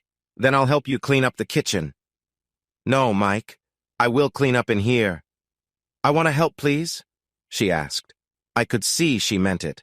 I thought it was good she wanted to be helpful. "Okay, I'll be in the game room." I left the kitchen and took out my phone. I called my sister's number. George, as usual, answered. "Hey, George, it's me," I said. "Let me guess, you need my family again?" he joked. "Yes, if Mel is okay with it, but only if you are too." "All right, I'll let you talk to your sister. But you owe me," he chuckled before calling my sister. "Hi, little brother, how are you?" she asked. I made Beth an offer to help her get back on her feet, and she accepted. "Mike, you're a good man. I hope this works out. I was worried at first, but after talking to Beth, I think you're doing the right thing." I laughed a little. "I wish she saw it that way too, but she doesn't trust me yet. Maybe in time. I called because I wanted to see if you and the girls could take Beth and Lisa shopping for new clothes and things they need. Use my credit card, of course." A day shopping and spending your money? Let me think." Sis paused for effect. "Okay, count me in. Have them ready. We'll be over in about an hour." "Thanks, sis. I love you." "I know, little brother. See you soon." Now I had to tell Beth and Lisa about the shopping trip. I went to the kitchen door and looked in. Like her daughter earlier at breakfast, I could hear Beth humming while cleaning up. I gave a gentle cough to let Beth know I was there. She turned around, her face blushing as she realized I heard her humming. I wisely ignored it. "I wanted to tell you that Mel and the girls will be here soon. They're taking you and Lisa shopping." "Shopping?" Beth asked. "Yes, for new clothes, shoes, whatever else you need. If you let me help, you and Lisa need these things." I saw Beth swallow her pride. "All right, Michael, if you say so." It was the first time she called me by my full name. I liked it for some reason. Beth walked to the back door and called for Lisa. Huffing and puffing, Lisa came running up, chased by my two dogs. "Yes, Mama?" "Come in now and take a bath and put on clean clothes. Mel and the girls are coming to take us shopping," Beth said. At the mention of my nieces, Lisa's eyes lit up like a Christmas tree. "Jeannie and Missy are coming? Yay! Okay, Mama, I'll hurry and take my bath." She scampered off to the bathroom. I was still chuckling when Beth left to join Lisa. To pass the time, I went to the game room and turned on a football game. Neither team was my favorite, but I enjoy watching. Half an hour later, I heard little feet running towards me. "Are they here yet?" Lisa asked, bursting into the room. "Not yet, sweetie. Just a little longer. Here, I'll change the channel to cartoons. You can watch until they get here." "All right," she said sweetly, plopping down on the couch. I grinned as I watched her fidget, looking out the window constantly for her new friends to arrive. Another 15 minutes passed, and Beth came in. I saw she was wearing one of Mel's dresses. "Do you think your sister would mind me wearing her dress? I don't have anything nice to wear." "I'm sure it'll be fine, Beth. Don't worry." Right then, I saw their car pulling up. Lisa jumped up, screaming, "They're here! They're here!" And in less than 2 seconds, she was out the door to see her new friends. I just looked at Beth and grinned. For the first time, she smiled back, and it lit up her face. We followed Lisa outside to greet my sister and nieces. After saying hello, we got the 3 little ones strapped into the back seat and Beth in the front passenger seat. My sister came over to me. "Any instructions, Mike?" she asked. I handed her my credit card. "Come on, sis. I'm just a regular guy. What do I know about what women need or want? Take them out, buy them what they need. Get their hair done, whatever you think. Clothes, shoes, makeup. Treat everyone to lunch. If you and the girls see anything you like, add it to my tab. Just try to keep it under $1 million, okay?" My sister giggled. "Right, I got it. 1 million is our limit. Bye, little brother." With that, she spun and headed to her car. "Mel!" I called after her. She just spun and blew me a kiss before hopping into her car and speeding off. I shuddered and walked back to the house. If I kept this up, I might have to take out a loan. To pass the time, I went to my home gym and worked out for 2 hours. Then I went to the backyard and played with the dogs. I made myself a nice salad for lunch and then went to the game room to watch TV. By 5 o'clock, I was pacing back and forth. At 6 o'clock, I started to worry. Just as I was about to call my sister, I saw her car pulling up. Acting like I wasn't worried, I quickly sat down in my chair and flipped the channel to ESPN.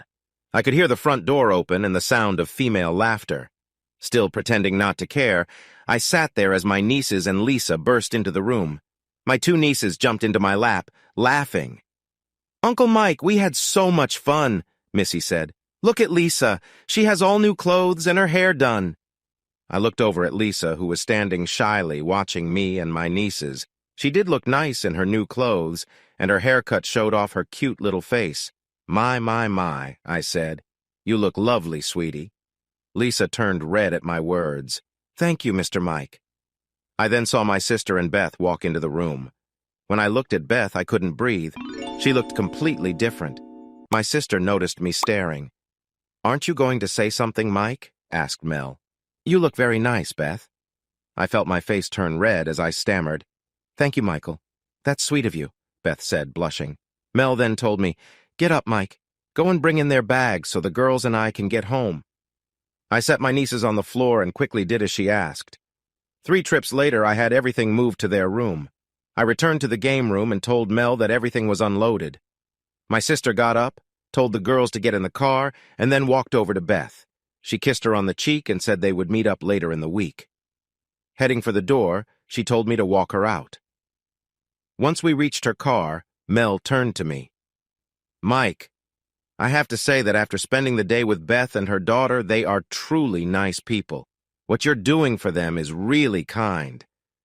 I didn't know what to say, so I just hugged my sister, kissed my nieces on the cheek, and went back inside. As I walked through the front door, I could hear Beth and Lisa chatting excitedly about their day. I went to the game room and told Beth I had put their things in their room. "I'm going to bed now," I told them. "If you're hungry, help yourselves to whatever is in the kitchen. I'll see you in the morning."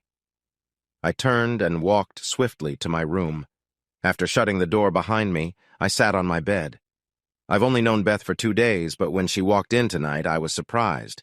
She was so beautiful, and my feelings for her were becoming confusing. "Get a grip," I told myself. "Do you want to go through another Jenny fiasco?" Thinking of my ex-wife and what she did to me was enough to snap me out of it. Beth and Lisa are just a project. I'm doing a good deed, not getting my heart broken again.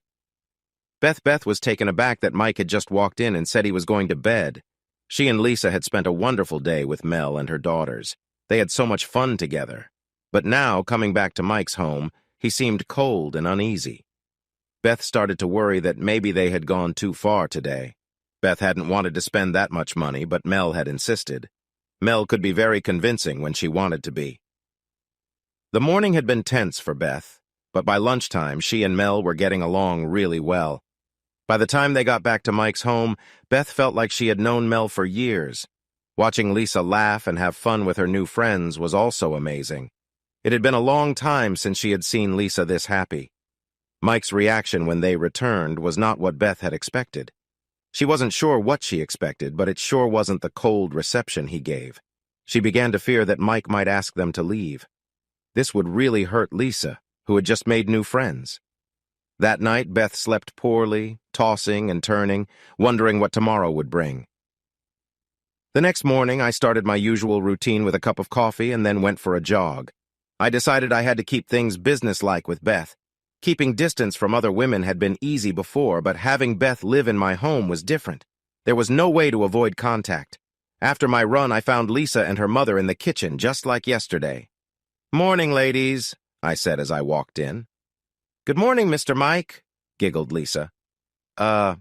Morning, Mike," muttered Beth. I noticed Beth looked tired, as if she hadn't slept well. "Just gonna shower and then we'll be back down," I said, heading out of the kitchen. While showering, I wondered if something was bothering Beth. Being a typical guy, I didn't realize it was because of my actions last night. I decided to let her tell me in her own time. I finished my shower and went back to the kitchen, where my breakfast was waiting. I sat down and began to eat, glancing at Beth occasionally. She was barely picking at her food. I decided not to push her to tell me what was wrong. Instead, I waited until I finished eating. Beth, now that you've accepted my help, we need to get Lisa enrolled in school. Lisa's eyes widened. School? Yes, young lady, school. As I said this, I noticed Beth look up at me. Lisa then asked, Will I be going to the same school as Jeannie and Missy? Yes, sweetie, you will, but I can't promise you'll be in the same class. We'll have to wait and see. Oh, okay. I looked back at Beth and she was staring at me. What? I asked. Nothing. It's just... She trailed off. It's just what, Beth? No, it's nothing. You're right, Mike. Lisa does need to be in school. Having said that, Beth got up and started clearing the table. I stood and began to help her. I can do this, Mike, I said to myself, feeling ready for the talk. Lisa, why don't you go play outside with Susie and Toby for a bit? I suggested. Lisa looked at her mom, who nodded in agreement. As soon as Lisa closed the door, I asked Beth to sit down. Beth, since we'll be living together until you feel ready to leave, we should set some ground rules. First, I don't expect you to be my maid. I appreciate help, but I can do my share too. That means helping clean up after meals. Got it? Yes, Mike, she replied. Second, let's talk about sleeping arrangements. Beth's eyes widened, but I continued calmly. Right now, you and Lisa are sharing a room. There are 3 bedrooms downstairs. 2 are connected by a shared bathroom. If you and Lisa want separate rooms, you can choose any. It's up to you. Beth sighed in relief, realizing I wasn't suggesting anything awkward. My rooms are upstairs and I'll take care of them. We'll share the downstairs areas. You and Lisa should keep your rooms clean. I'll respect your privacy and not enter them. For common areas, we'll all clean up after ourselves. Does that sound good? Yes, Michael, she said again, using my full name. It felt unexpectedly nice. My ex, Jenny, only used it when she was mad. Now we need to think about getting you a job so you and Lisa can be financially independent. Any ideas on what you want to do? I've worked as a cashier and waitress before, she told me. That's a start. Is that all you want to do, or are you aiming for more? Suddenly, Beth started crying. Oh no, tears. I never knew how to handle tears. I'd like a better job, but I only finished high school. No one would hire me for anything else, she said, her voice breaking. Feeling flustered, I softened my tone. Okay, Beth. Let me see what jobs are out there. We'll talk about it, okay? Beth nodded, wiping her tears. All right, let's clean up the kitchen, I suggested. We silently tidied up. Feeling guilty for making her cry, I excused myself to my office. Inside, I pondered what to do next. Making Beth cry had unsettled me. My past work experience with mainly men didn't help here. I needed to talk to Mel. I called my sister's daycare center and left a message for her to call me. To distract myself, I played Sudoku on my computer. After an hour, my phone rang. What's up, little brother? Need advice? What? Can't I just call my big sister because I love her? Cut the crap, Michael. I made Beth cry and I feel horrible, I admitted, and told her what happened. Mel gave me a reality check. Beth's not an employee. Be more sensitive. Then her tone softened. I'll take some time off tomorrow. I'll meet you at the school to register Lisa. The vice principal is a friend of mine and will help. After our call, I felt grateful for Mel. She had helped me many times since my divorce. I stayed in my office until lunch. At lunch, I invited them for sandwiches and soup. Lisa was excited, but Beth just nodded. Lunch was awkward with little conversation. I mentioned Mel meeting us at school, but Lisa noticed the tension. After lunch, I played more Sudoku in my office. Dinner was the same quiet affair, just different food. I cleaned up and went to bed without more conversation. I didn't know what to say. The next morning, I skipped jogging. Instead, I cooked breakfast. Beth seemed surprised when she walked into the kitchen. Our meal was quiet again, mainly answering Lisa's questions about her new school. After breakfast, we all got into my truck and went to meet Mel. My sister must have called her friend, the vice principal, the night before because they were quickly led into her office. I decided to stay in the waiting area and counted the ceiling tiles. About an hour later, the door opened, and my niece Jeannie came in. She saw me and ran over to give me a hug. I raised an eyebrow at her. Why are you being sent to the vice principal's office, young lady? Have you been causing trouble? Jeannie laughed and playfully slapped my arm. That's for me to know and you to find out, she said, before spinning around and going into the inner office. About 15 minutes later, Jeannie and Lisa came out holding hands. Lisa was excited. Mr. Mike, I'm going to be in Jeannie's class. She's going to show me what to do, she said. That's great, sweetie. I know Jeannie will take good care of you, I replied. Bye, Uncle Mike. Come on, Lisa. It's almost recess time. We're going to have so much fun, Jeannie said as she pulled Lisa out the door by the hand. Another 10 minutes went by before my sister and Beth came out of the vice principal's office. Mel walked over to me and said, Mike, Beth is coming with me to see where I work. I'll drop her off this afternoon on my way home. The way my sister said it, it was like a fact. I didn't feel like arguing. Both women left the office while I watched them go. Then I made my way out of the school and drove back home. On the drive, I thought about the situation and what I could do to fix it. One thing I knew was that things were awkward between Beth and me. If it kept on, I'd end up hiding in my own house. I decided right then that wasn't going to happen. It was my home, and I wouldn't let anyone push me to that point. Beth's perspective. Beth followed Mel to her car, feeling relieved. She had been very nervous about having to ride back home alone with Mike. Even when she and Mike had been alone in a room, Lisa had been nearby. She didn't really think Mike would harm her, but she still didn't fully trust him. The men in her life had either left her or hurt her, and she wondered if she could ever trust any man again. During the ride to the daycare center, Mel talked about the school. She told Beth about the academics, the extra activities, and the PTA. Beth was glad to hear that it was one of the better schools in the state. She really wanted Lisa to get a good education and hoped she could go to college, something Beth never had a chance to do. Beth was impressed with the daycare center. It was in a nice-sized building, with several rooms for different age groups. All the rooms were bright, clean, and cheerfully decorated. Each had toys and learning games suitable for the kids in that room. Mel gave Beth a tour, introducing her to the staff. These were Mel's employees. Beth noticed one room was empty and asked Mel about it. Mel explained that it was for older kids up to age 8, who came there after school until their parents picked them up. Beth saw that the lady in the room with the babies looked stressed out and offered to help change diapers and feed the babies. Mel smiled as she watched Beth. She could see Beth cared a lot for children. She thought offering Beth a job could be good for both of them. At lunchtime, Mel told her staff that she was taking Beth to lunch. They went to a nice little cafe nearby. After ordering, Mel brought up the idea of Beth working for her. Well, Beth, what did you think about the daycare center? Mel asked. Oh, I really liked it. You've done a great job making it a wonderful place for kids. I bet you get a lot of joy taking care of all those kids, Beth replied. Honestly, it can be very busy at times, and it's not the perfect job for everyone, but yes, I do love it. And I was impressed watching you with the babies today, Mel said, pausing to let her words sink in. I was wondering if you would come work for me. Beth's eyes widened. Mike told you to do this, didn't he? He thinks I can't get a job on my own. Mel smiled and reached across the table to pat Beth's hand. No, Beth. Mike didn't ask me to give you a job. He doesn't know anything about this, and I'm not doing it out of kindness either. One of my full-time employees had to leave town to take care of her mother, who had a stroke. The lady you met with the 3 to 4-year-olds agreed to help for a few days, but she doesn't want a full-time job. She just helps out when I'm short-handed. I've seen you with Lisa, and I saw you this morning helping the babies. If you're interested, I think you'd be great at the job, and I could really use the help. Beth's eyes softened. Mel, I don't know what to say.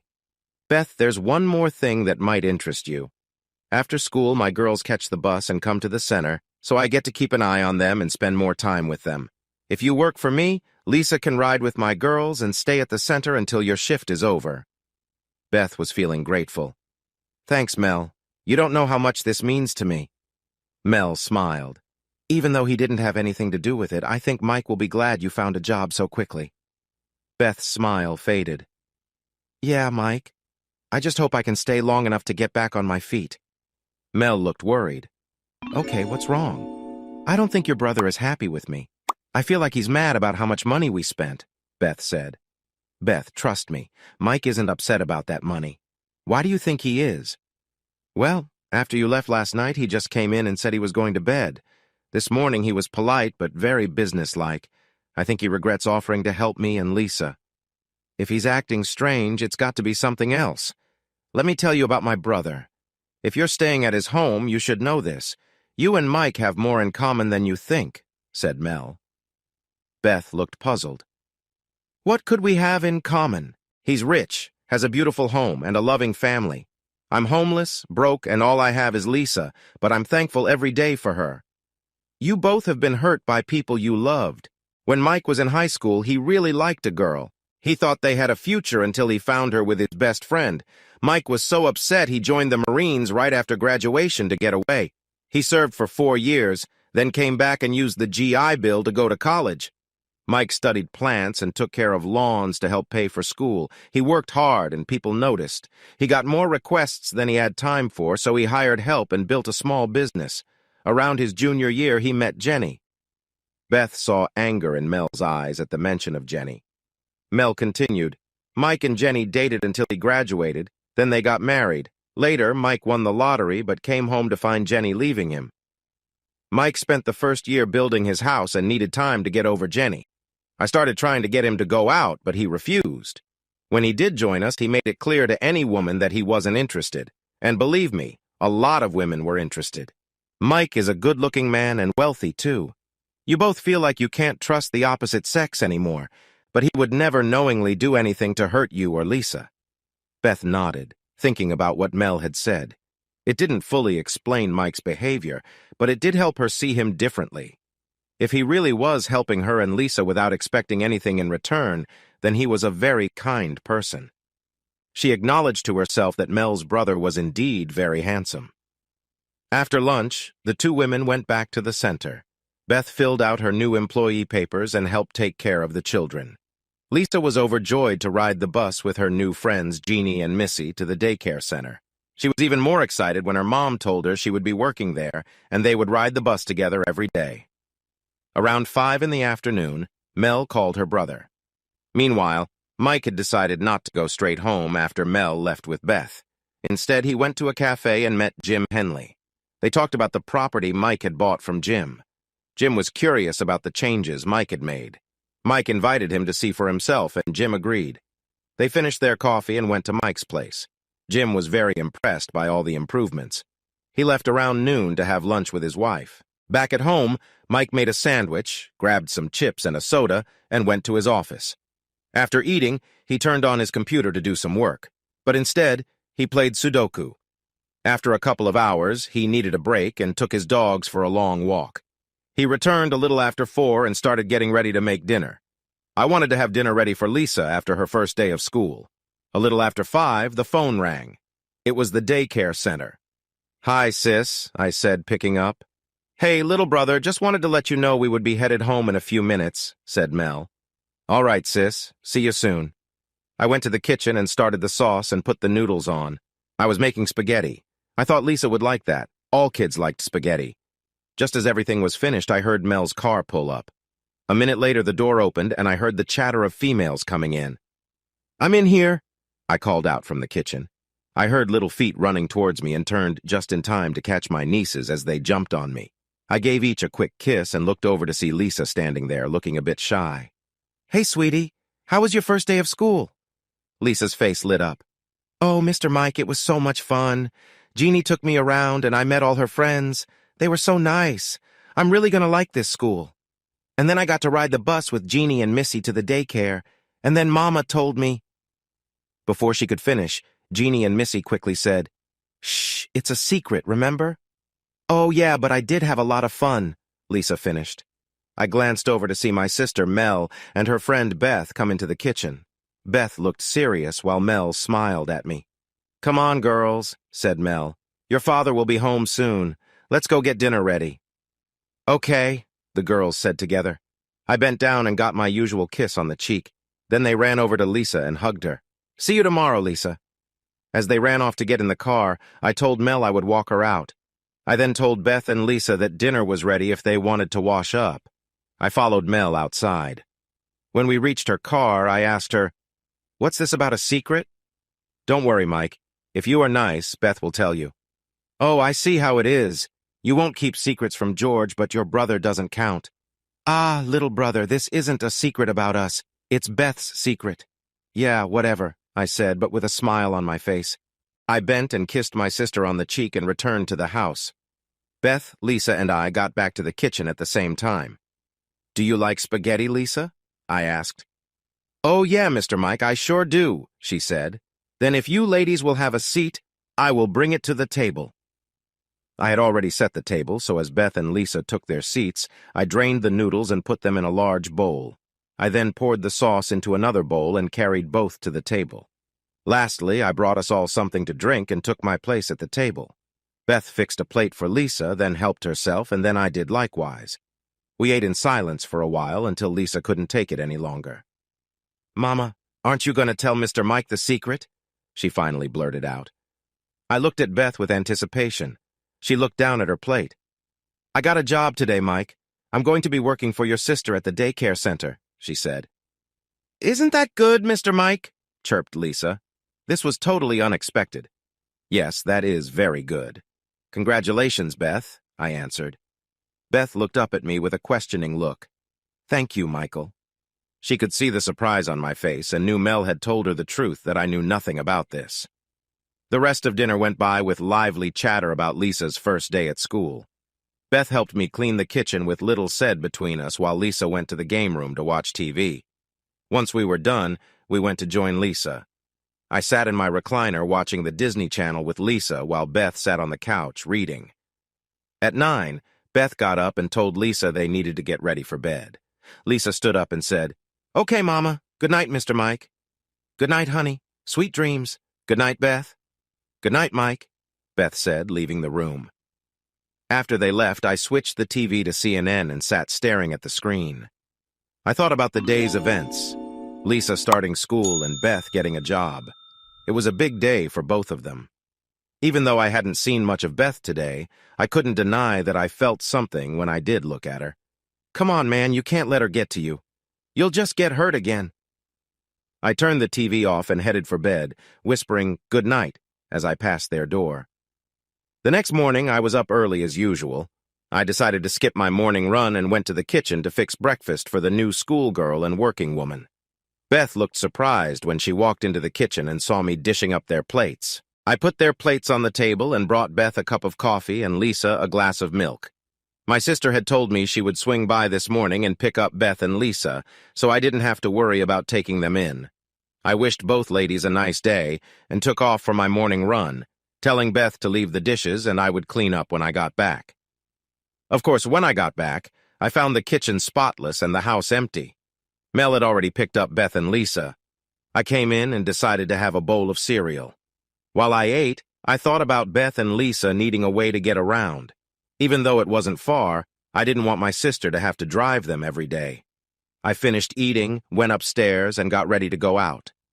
An hour later, I was walking around a car lot looking. It was the same place where I bought my truck. The salesman who sold me my truck saw me and came out to greet me. He asked if there was anything wrong with my truck. I told him no, but I would like to find a nice used car for someone special. I gave him a look to show I didn't want any tricks. An hour later, I finished my purchase and set up the delivery. Feeling good, I headed home. Around 3 in the afternoon, the car arrived. I had them park it in the driveway so Beth would see it when she got back. Inside, I felt pleased with how things were going. Lisa was in school, Beth had a job, and now she had a car. I planned to give her the keys when she got home. I felt pretty proud of myself. A couple of hours later, Mel's car pulled up. I went out to greet them. My sister noticed the car in the driveway. "Whose car is that, Mike? Are you having visitors?" "No, no visitors. I realized Beth and Lisa needed a way to get around, so I bought it this morning for Beth." Beth stood there, her mouth open in shock. "Mike, you shouldn't have. You're already doing so much for us." "Beth, think about it. You're working and Lisa is in school. Do you really want to rely on someone else to take you everywhere?" I asked. "Well, no," she replied. "Thank you, Michael." I handed her the keys and asked if she wanted to take it for a drive. Lisa thought it was a great idea and pulled her mom along.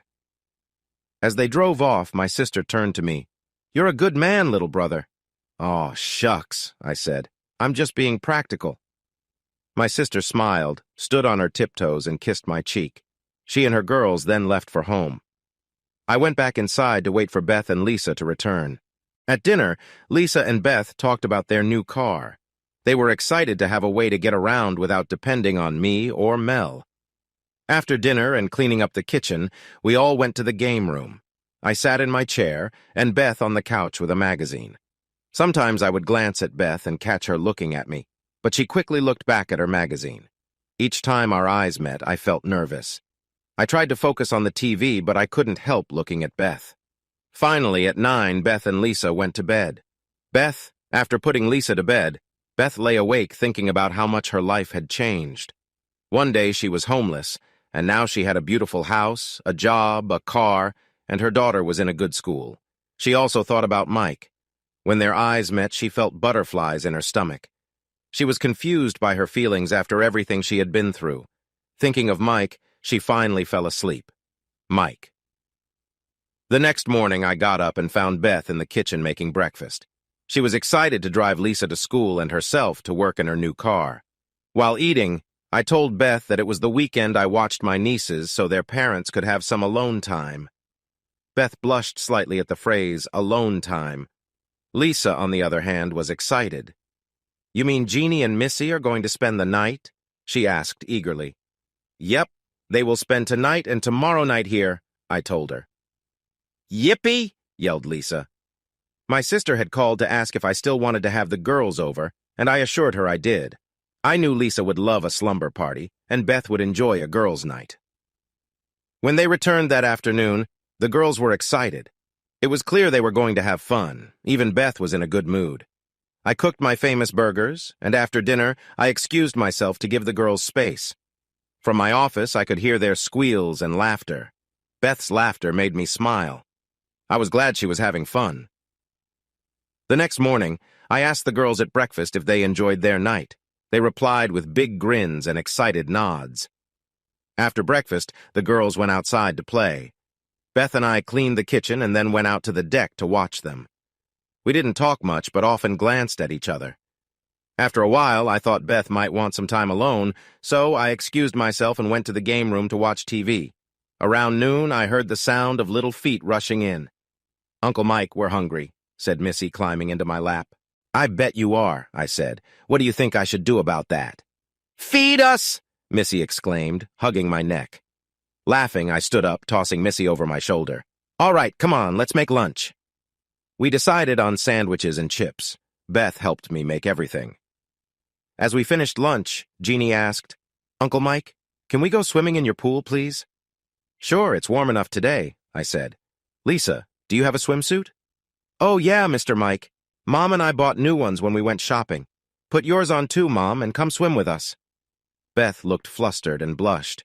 I could tell she felt shy about wearing a swimsuit in front of me. I asked her, "Beth, can you swim?" She nodded, so I said, "I need to do some work in my office. Would you mind going with the girls and keeping an eye on them?" "Sure," she replied. There wasn't much to clean up, so I told them to go change, and I would handle the kitchen. Just as I finished, the girls came out with towels, heading for the pool. Beth wore a cover-up that only came halfway down her thighs. As she walked by, I noticed she had great legs.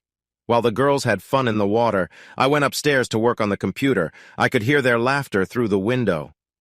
After about 45 minutes, I stepped out onto the second-story deck overlooking the backyard and pool. I saw Beth getting out of the pool and walking to one of the loungers. She wore a modest yellow one-piece swimsuit that made her legs look long. I hadn't seen her in such little clothing before. It was clear she had a well-proportioned body. As she walked, water streamed down her body. She was quite a sight. She reached the chair, took a towel, and wiped herself off before sitting. Then she began to apply sun lotion to her legs. Suddenly, I looked down at the front of my pants and saw my embarrassment. I quickly stepped back into the house. It had been over 2 years since I was with a woman, and seeing Beth had sparked feelings in me. I needed to calm down. I went to the bathroom, started the shower, and stepped in. Reaching for the soap, I tried to relax.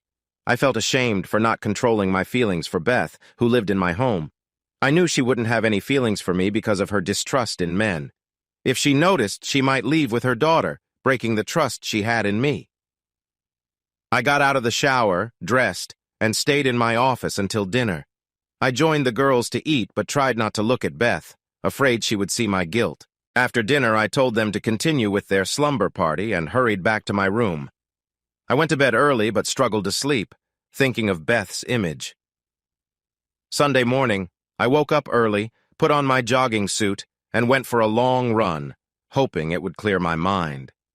When I returned, the girls were finishing breakfast. They told me they saved me a plate. I thanked them and said I would join them after a shower. 20 minutes later, I was having breakfast alone while the girls went to the game room. After I finished, I joined them. At first, I enjoyed watching the girls play. Beth sat on the couch reading as usual. From time to time, I couldn't help but glance at her. She wore a new sundress, and I couldn't help but think of her in the swimsuit. Despite my best efforts, I felt my body react. Not wanting to embarrass myself, I mumbled something about going to the bathroom and hurried upstairs. Once in my bedroom, I tried to calm down. Beth was sitting on the couch reading when Mike entered the game room. As usual, Mike sat in his recliner. She saw he enjoyed watching the girls play. She couldn't help but steal glances at him. Mike had showered and wore a tight t-shirt showing his muscular build. He wasn't too big, but just right. She wondered what it would feel like to be held by those strong arms. Beth was puzzled by her own thoughts. She shouldn't be thinking like this. She tried to focus on her reading but noticed Mike looking. Suddenly he mumbled something and hurried out. Her eyes followed him and she gasped. Was he reacting like that because of her? The thought made her feel a stir of emotions she couldn't ignore. She tried to dismiss it but couldn't help thinking about it. Beth needed to act quickly before the stain ruined her dress. She told the girls she was going to take a bath and would stay here. The girls just nodded and went back to their game. Beth hurried to her room, locking the door behind her, then did the same in the bathroom. She quickly filled the tub, undressed, and slid into the water. She tried to calm down but kept thinking about Mike. Her hands moved on their own and she felt a mix of emotions. She soon got out of the bath and dressed up, trying to push her thoughts aside. Meanwhile, Mike was also dealing with his own thoughts. He cleaned up and changed his shirt, hoping no one would notice. He went back downstairs and saw that Beth was no longer in the room. He wondered where she went but didn't think too much about it. Beth returned a little while later, looking a bit flushed but relaxed. She mentioned taking a bath and sat down. Mike, feeling more relaxed himself, glanced at her occasionally, especially at her legs. Just then, Mel arrived to pick up the girls.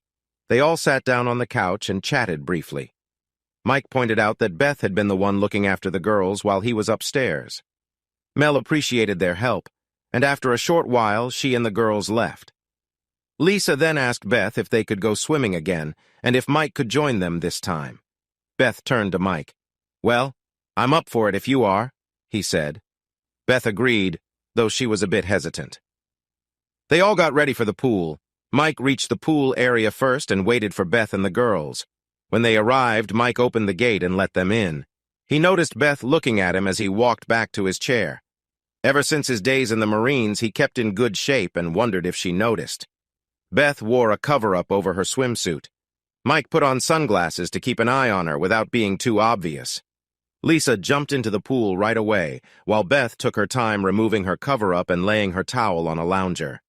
After a few minutes of soaking up the sun, Beth joined them in the pool. They played with a volleyball, and Mike enjoyed the feeling of family that came with their time together. He knew he would miss them when they were gone. Beth was the first to get tired and said she was getting out of the water. She swam to the side near the loungers and climbed out, leaving Mike to play with Lisa a bit longer.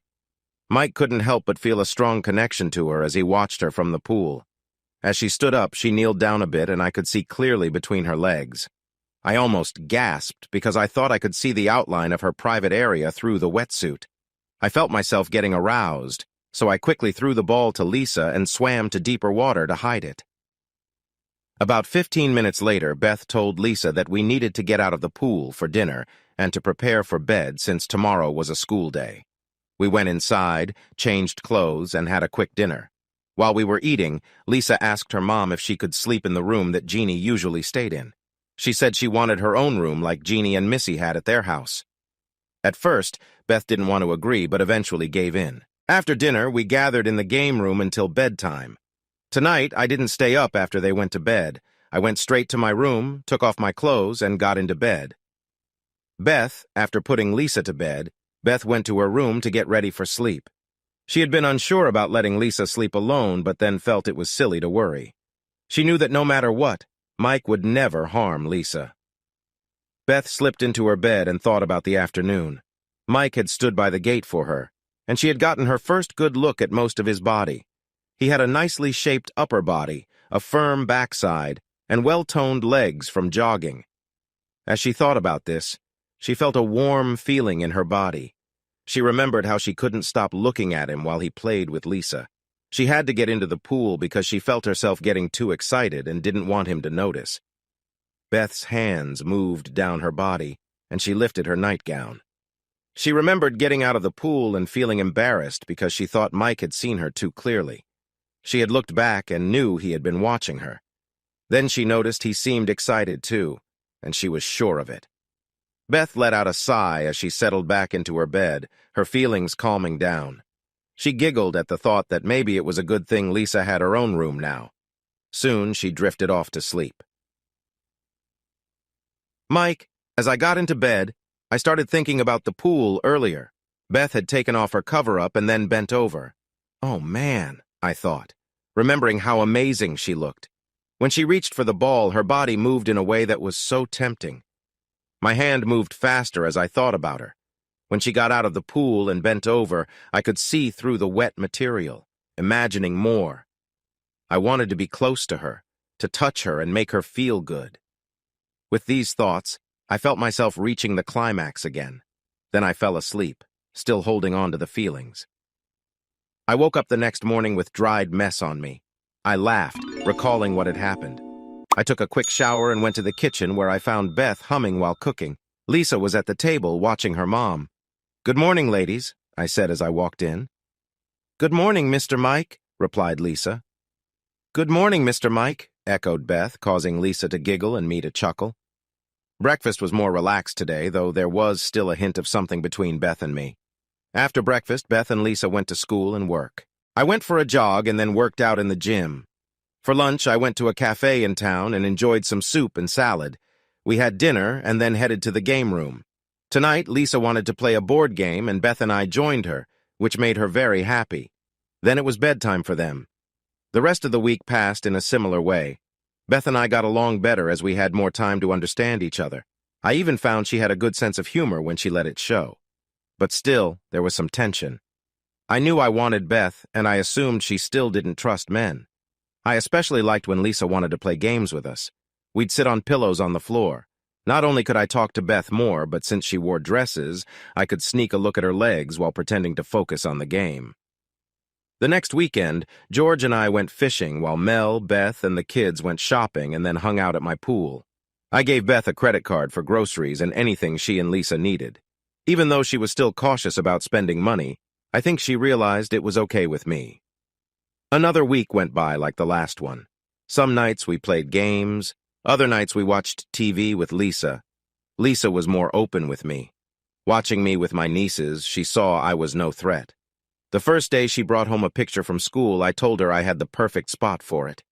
I pinned it up in the kitchen with magnets so we could see it daily. I was kneeling when she said, "Thank you, Mr. Mike." Then she kissed my cheek and ran off giggling. I touched my cheek as if to keep the kiss there and looked at Beth, who smiled and followed her daughter. I got a Coke and sat at the kitchen table, thinking about how fast Lisa was adapting to her new life. That kiss told me she was beginning to trust me. I wished her mother would, too. I told Beth her paychecks would go into a bank account and I would cover expenses for now. This was the fastest way for her to save enough to be financially independent, which I figured would take 2 or 3 months. If she wanted to move out before then, I would cover her rent until she was ready. Another week passed, and it looked like rain all weekend. On Saturday, Mel, Beth, and the girls went shopping for the week. I spent the day catching up on Sudoku. That night, Mel and Beth took the girls to see a Disney movie. I stayed home doing crosswords. Beth did laundry on Sunday while I played games with Lisa. Then it was Monday, the start of another school and work week. Another week passed. We'd settle into a comfortable routine, games some nights and TV on others. The girls did their homework at daycare, so we didn't worry about it at home.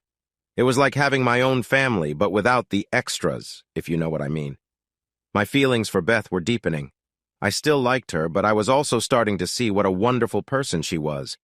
Being with her helped me forget the past and my ex-wife's betrayal. I was beginning to heal, but it was hard because I wasn't sure if Beth trusted me. Another change I noticed was my dogs adored Lisa. She was gentle with them. They lay next to her while she watched TV and slept in her bed. For Beth, the 2 weeks after the pool day flew by. She loved her new job and taking care of the kids. Having Mel as her boss was great, and their friendship grew. Things with Mike were better too. She felt he didn't regret helping her and Lisa. She liked their evenings together, especially playing games. She often wore dresses because she knew Mike liked looking at her legs. She started to see Mike as more than just someone who saved her. He was funny, kind, and caring. She appreciated that he was always respectful. He never made inappropriate comments and was great with Lisa, who was responding well to him. At least for now, Lisa had a positive male role model, unlike her father. Beth's feelings for Mike were growing. He had come at her darkest moment and gave her hope. It was a shame he couldn't fully trust women. It was Friday, 3 weeks after Beth started her job, when my sister called me at work. "Hey, baby brother, how's your day going?" I was researching charities. "Pretty good, sis, and yours?" "Real good, no crises yet. Listen, George and I want to take you and Beth out to dinner tomorrow night. It's been a long time since you went out with us. We have a sitter for the kids, and you can bring Lisa over here." "What do you say?" "Well, I don't know, sis. I mean, Beth." Mel cut me off. "I've already talked to Beth, and she's excited about the idea. It's been a long time since she's been out." "Well, I guess I'm outvoted then," I said. "What time do you want us over?" 6 would be great. See you tomorrow, Mike." With that, she hung up, and I was left to think about going out with Beth. Well, we wouldn't be going out with each other. We were just going to dinner with my sister and brother-in-law. I knew my sister and Beth had become friends, and since Beth was living at my house, it made sense she'd be invited too. It wasn't like my sister was trying to set me up on a date. Beth didn't mention going to dinner when she came home that night. The only thing she said was that she and Mel were going shopping in the morning and asked if I could watch Lisa. I told her I would never have a problem watching Lisa and that I could ride with her to my sister's house, so Lisa could play with my nieces while George and I hung out. That night we played board games. Beth wore a dress shorter than usual. A few times, when she tried to get comfortable, I caught glimpses of her underwear. I nearly jumped out of my skin thinking about it later that night. When Beth went to bed that night, she was really excited. It had been a long time since she had gone out, and she looked forward to tomorrow night. Mel had told her they would find the perfect dress on Saturday morning. Feeling playful, she wore a shorter dress that night because she knew Mike liked to look at her legs. After dinner, she suggested playing games to Lisa, who was all for it. As they played, Beth fidgeted as if she wasn't comfortable, knowing Mike might see up her skirt. At one point, she thought his eyes would pop out of their sockets. She had to cover a laugh with a cough. When she got to bed that night, she couldn't believe she had been trying to tease Mike. Her excitement thinking about how naughty she had been was quite intense. The next morning, I got up at my usual time and headed to the kitchen. I made breakfast, and just as I was finishing, Beth and Lisa came in, still sleepy. After a cup of coffee, Beth seemed wide awake and in a great mood, laughing and joking. I figured she was really looking forward to going out tonight, and I planned to be on my best behavior so she'd have a good time.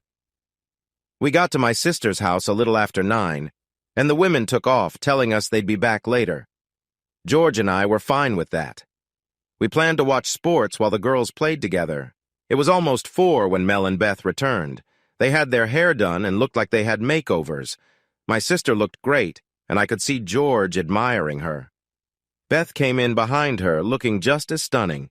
I felt a stab of jealousy thinking about George's happy life. But I put on a smile and told both women how beautiful they looked. They both smiled warmly. Mel suggested leaving Lisa there for the night so Beth and I could go home and get ready. As soon as we got home, Beth disappeared into her room with her shopping bags. I went upstairs to shower, shave, and dress. I chose nice slacks, a light blue shirt, a dark tie, and a nice jacket, then waited for Beth. At 5:45, she came out of her room. When I saw her, my jaw dropped. She wore a little black dress, showing just enough to be attractive but not too much. To me, she looked like a goddess. Beth giggled at my reaction. "I take it you approve?" she asked. "Yes, I approve very much. You look amazing," I replied, hoping I hadn't said too much. Beth just giggled and said, "And you clean up quite well yourself." Hoping she didn't notice my reaction, I escorted her to my truck. When she got in, I saw enough of her legs to know she was wearing stockings. I felt a mix of desire and sadness, knowing she might not feel the same way about me, but I was determined to make sure she had a good time. We arrived at my sister's house at 6 and had a glass of wine before heading to the restaurant. We went to a fancy seafood place and got a circular booth. The women sat inside, with George next to Mel and me next to Beth. Dinner was great, and the company was better, but I noticed my sister glancing at me now and then. I didn't know why she was looking at me like that. I was being respectful and keeping up with the conversation. After dinner, my sister suggested going to a nice night spot nearby. They had a dance floor, and I knew my sister liked dancing with her husband. I let Beth decide what we should do since she was clearly having fun. Beth agreed right away, so we headed to the club. It was pretty crowded, but we found a table and ordered some drinks. My sister and her husband were off dancing in no time, leaving just Beth and me at the table. I wanted to ask Beth to dance, but was afraid she might say no. We chatted, and she said she was really enjoying herself. After a couple of dances, Mel and George came back to the table. As she passed me, Mel whispered in my ear, "Ask her to dance." We continued talking, and when the next song started, I asked Beth if she would like to dance. She quickly grabbed my hand and pulled me to the dance floor. So much for worrying about rejection. I thought I was a good dancer, but watching Beth was like watching a beautiful performance. The faster song gave me time to admire her. When the next song, a slow one, began, Beth moved into my arms before I could even ask. Holding her felt like a dream. After the dance, we went back to our table. I walked behind Beth, hoping no one would notice my excitement. We sat and talked some more before Mel and George went back to the dance floor. I took Beth's hand, and we danced 3 more fast songs before returning to the table. Beth said she needed to go to the ladies' room, so Mel, George, and I stayed and chatted. I soon needed to use the restroom, too, and excused myself. The restrooms were down a short hallway. As I turned the corner, I saw Beth against the wall, trying to push away a drunk guy. My anger surged. I marched down the hall, grabbed the guy by the neck, and shoved him against the wall. I was ready to hurt him for bothering Beth. As I raised my fist, Beth placed her hand on my arm. "No, Michael, he's not worth it." My anger started to fade. I leaned in and whispered to the guy, "I suggest you leave before you find out what a very angry Marine can do to you." He gasped an apology and hurried away. I turned to Beth, worried she might be scared of me now. She gently touched my cheek. "Thank you, Michael. You're my hero." Then she walked back to our table. I finished in the men's room and returned to the table, noticing both Mel and George knew what happened. They smiled at me warmly. Beth and I danced several more times before I went to get us one last round of drinks. As I made my way to the bar, a pretty redhead stopped me and started flirting. I was trying to politely get away when suddenly Beth and another woman stepped between us. "Back off, he's with me." I couldn't believe these words were coming from Beth. The redhead saw they were serious and quickly apologized. Mel said, "She was rude. She knows you're with us and still tried to flirt with you. It's insulting." "Sorry to ruin your fun, Michael," Beth said with a shy smile. "Well, I think they know not to mess with us," Mel said to Beth. "We'll be at the table when you get those drinks, Mike." The women walked back to the table, and I saw George chuckling. Getting back to the bar, I realized Beth's act was just that, an act. I knew she might freak out if she knew I had real feelings for her. There were no more incidents, and I returned with our drinks. The girls were still laughing about chasing off the redhead. "Since you saved me from that drunk, we thought we'd repay you the favor," giggled Beth, clearly playful from the drinks. "But if you want..." I can apologize and get her number for you. No, that's okay, I stuttered, knowing the only one I was interested in was Beth. We finished our drinks and decided to call it a night. We walked to the car, feeling good but not too drunk. George stayed sober all night since he was our designated driver. On the short ride back to Mel's house, the girls whispered and giggled in the back seat while I sat up front with George. We got back, checked on the kids, and let the babysitter go. The kids were all asleep in one room in sleeping bags. We quietly closed the door and went back to the living room. Mel brought wine for her and Beth while George and I had a beer. That last glass of wine made Beth doze off on the couch. It had been a long day, with shopping, dinner, and then the club. We decided to let the babysitter spend the night since it was late. Noticing Beth had fallen asleep, I whispered to Mel to bring a blanket. We gently laid Beth on the couch and covered her. I then left for home. At first, Mel wanted me to stay the night too, but I told her I had to get home to my dogs. It was only 2 miles, and there was no traffic in the country this late. Driving back, I thought about dancing with Beth. Holding her during the slow songs made me realize I loved her. It was tough because we lived together, and I couldn't have her. The longer she stayed, the more it would hurt when she and Lisa moved out. Maybe I should rent them a place now, pay a year's rent up front to give her time to save money and be independent. Beth. What a day it was for Beth. First, a shopping trip with Mel, finding the perfect dress and getting a makeover. Mike's face when he saw her was unforgettable. She felt butterflies in her stomach. Then getting into his truck, making sure he saw her stocking tops. Dinner at the restaurant was wonderful. It had been so long since she had been out, and no one had ever taken her to such a nice place. She envied her friend, seeing Mel and George's love for each other. At the club, slow dancing with Mike was even better than she imagined. His strong arms made her feel safe. She knew she was falling for him. Maybe she and Lisa should move out now. Otherwise, it would hurt more when Mike wanted them to leave. But for tonight, she closed her eyes, sipping her wine and remembering the feel of his arms around her. That was the last thing she remembered before waking up on Mel's couch the next morning, embarrassed. I woke up later than usual. Between the drinks and the late night, I needed the sleep. I skipped my morning run and went downstairs for coffee and cereal. Thinking about falling in love with Beth, I wasn't sure what to do. If I rented a place for Beth and Lisa, my sister might think I was kicking them out and I didn't want to upset her. I had no other family and didn't want to push her away. Even my nieces might be mad if they thought I was abandoning their friend Lisa. This needed careful thought. It was almost noon when Mel brought Beth home. She seemed embarrassed and apologized right away. "Oh, Mike, I'm so sorry for falling asleep like that," I laughed. "Don't worry, Beth. I know you had a long day. I hope you enjoyed the evening." "Yes, I did. It was wonderful. It's been so long since I went out, and that was the nicest restaurant I've ever been to." "Then it was worth it," I said. "I need to shower and change. Then I'll make some lunch," she said, as she headed to her room. Beth was still wearing the little black dress from last night. She looked as good now as when I first saw her in it. I wanted to tell her to wear it all day, but I knew she would call me a pervert and leave with Lisa. Besides, seeing her in that dress made me feel things I knew she wouldn't appreciate.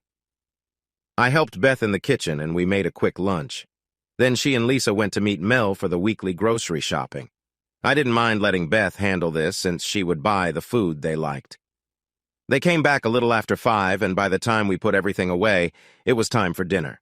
We watched some TV until Beth and Lisa went to bed. Tomorrow was Monday, the start of the school and work week. When Beth and Lisa got home Monday evening, we followed our usual routine, making dinner, eating, cleaning the kitchen, and then playing games with Lisa. Tonight, Lisa had a board game ready.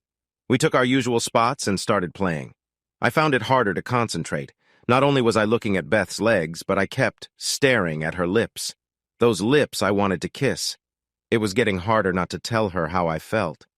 Somehow I got through the week without saying anything. This weekend was another sleepover for my nieces.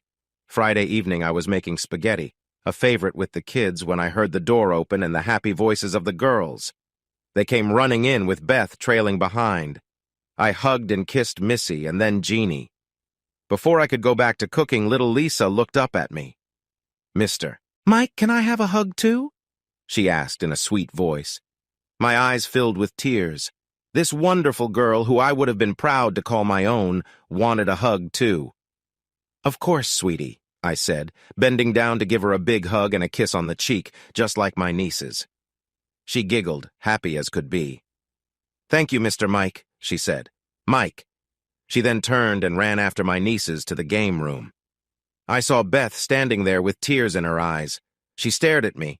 I got up quickly and turned back to the stove. I couldn't say anything because I was so emotional. Beth said she was going to wash up and then help with dinner. I could hear in her voice that she was also affected by Lisa's request. Beth came back and we called the girls to the table. During dinner, I saw Beth looking at me strangely. I didn't know what she was thinking. I just hoped it wasn't bad. After dinner, unlike last week, the girls wanted me to play games too. We all had a good time. I even made popcorn for them. When it was time for bed, my nieces came and kissed my cheek. This time, I wasn't surprised when Lisa did the same thing. I saw Beth give me that same strange look before helping the girls get ready for bed. I waited for a while watching the news, but Beth never came back. Her bedroom door was closed when I went upstairs. I hoped she wasn't too upset. I got up Saturday morning and everyone was still sleeping, so I went for a jog. I ran for an hour and a half, and when I came back, I heard the girls' faint voices as they were waking up. I hurried upstairs to shower and dress so I could get breakfast ready. When I got downstairs, I found Beth already in the kitchen. She seemed to have everything under control and told me to get a cup of coffee and sit down. I did as she said and sat at the table to watch her. At first, she faced away from me, focused on the stove. Finally, she turned and looked at me. She smiled. I took that as a good sign that she wasn't upset. A few minutes later, we heard the girls coming. They came in one by one, kissed my cheek, and said good morning before sitting down. This time I saw Beth smile a bit when Lisa kissed me on the cheek like my nieces did. Maybe this wasn't so bad. The girls wanted to go for a boat ride, so after calling George for permission, we went to the boat dock. I got everyone into life jackets and headed out of the cove to the main lake. Neither Beth nor Lisa had been on the boat yet. I could tell Lisa was excited, but Beth was nervous. She said she had never been on a boat before. After about 45 minutes, she was relaxed and enjoying herself. I thought if I could teach her to fish, she would be perfect for me. If only things were different and she felt the same way about me. The rest of the weekend was fun with Beth and the kids. On Sunday, my nieces went home, and another week started for the girls. Monday morning passed quickly for Beth. She and Mel went to the cafe for lunch, as they often did. Beth told Mel all about the weekend with the girls and how much she enjoyed the boat ride. Mel thanked her for taking care of her girls. She then offered to take Lisa for a weekend if Beth wanted some alone time. Beth thought about what Mel and George probably did on their weekends and whispered, "I wish." "What did you say?" asked Mel. Beth hadn't realized she had said that out loud. "Oh, nothing," answered Beth. Mel looked at Beth closely. "No, Beth, it wasn't nothing. You said I wish. Do you wish you could have weekends like George and I?" Beth's eyes went wide. "That's it, isn't it? And I don't think you would feel that way unless you had someone in mind. Do you have feelings for Mike?" Beth stared at Mel, wondering if it was that obvious. She wanted to talk about how she felt, but Mel was Mike's sister. She was afraid Mel would be angry and she would lose her friend, but she had to tell someone. Tears started to flow from her eyes. "I'm sorry, Mel, but yes, I do. I didn't mean for it to happen, but I couldn't help it. And now I don't know what to do." "Don't be sorry, Beth. This is wonderful," said Mel with excitement. "How can this be wonderful? You told me yourself that your brother couldn't trust a woman, so how can falling for a man like that be a good thing?" asked Beth. "Listen to me. When you came to Mike's house a month and a half ago, how did you feel about men?" "I thought I would never be able to trust or love a man again," answered Beth. "Okay, one more question. Think about it and be honest. If Mike loved you and wanted you and Lisa to be part of his life, could you love him back, be true to him, be open with him, and most importantly, trust him?" Beth stared at Mel, searching for the honest answer. She knew she was no longer the same person she was 6 weeks ago, afraid and without hope. Mike had changed that. The answer was clear. "Yes, Mel, I could. I do love him. But what's the point? We both know it's a one-way street." "You are very wrong." I know my brother better than he knows himself. 6 weeks ago, he couldn't trust a woman. But you changed that, Beth. My brother is in love with you. I see it in his eyes every time he looks at you. He's afraid to tell you, afraid you might panic and run. Beth, you two need each other, you the love of a good man, and he the love of a good woman, and I think you are that woman. I never liked or trusted his ex-wife. I was scared she might do something bad, and she did. But I have seen how much you love your daughter and how well you take care of the kids at the center. I know it's real, and I know Mike cares a lot about Lisa, too. If he could, he would raise her as his own child. I believe deep inside you know my brother would never hurt you or Lisa. Not in any way. Beth felt relieved now that it was all out in the open. What should I do? I want your brother to love me. I want to be with him. I think we just need to give him a little nudge. Mike, over the weekend, my bond with Lisa changed. Now, when she comes down for breakfast, she kisses my cheek. She gives me another kiss before she leaves for school.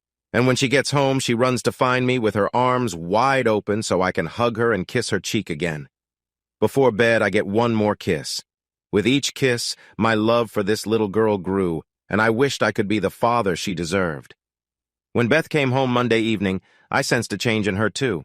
I knew nothing about her chat with my sister, but she wasn't the same as she was last week.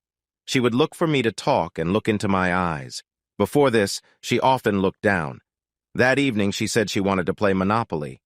After dinner, Lisa ran to set up the game while Beth and I cleaned the kitchen. Beth then said she needed to go to her room and would meet us in the game room. When she came in, she had changed into a shorter skirt. Her long legs caught my eye. As she sat down, I caught a glimpse up her skirt and saw her blue underwear. I quickly put a pillow in my lap to hide my reaction. Beth just gave me a mysterious smile. I was struggling to focus. Was she teasing me? Throughout the game, she kept shifting in her seat, and each time I could see up her skirt. When it was bedtime, I felt like she was watching as Lisa put the game away, making sure her back was to us. She gave me a final, lingering look. Tuesday morning, I woke up with vivid memories of the previous night. I took a shower and changed my sheets. That night, we watched TV instead of playing games. Beth talked with me. It was nice, even though I didn't get to see anything more. Wednesday was similar to Tuesday. We watched TV and talked. But Thursday evening, Beth wanted to play games again. I felt there was more to her words, play games. She went to her room and came back wearing a short skirt. As she sat down, I saw right through her sheer panties. I could see everything. She had a small strip of hair at the top and nothing else. My reaction was intense. She gave me more glimpses that night.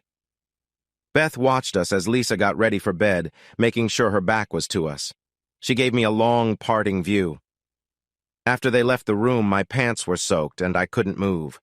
Lisa gave me a kiss on the cheek and said goodnight, and Beth did the same. Her lips on my cheek felt like fire. Before leaving, she looked into my eyes. I will see you tomorrow, Michael. The way she said my name was so special. It made me feel both hot and cold inside at the same time. As soon as her door closed, I ran to my room. I couldn't resist any longer. I cleaned up and lay down, still thinking about Beth. I decided I needed to talk to my sister to see what she thought. Friday morning, I woke up as usual, put on my jogging suit, and went downstairs. Beth was already there, finishing breakfast. Lisa came in next, gave me a kiss on the cheek, and said, "Good morning, Mr. Mike."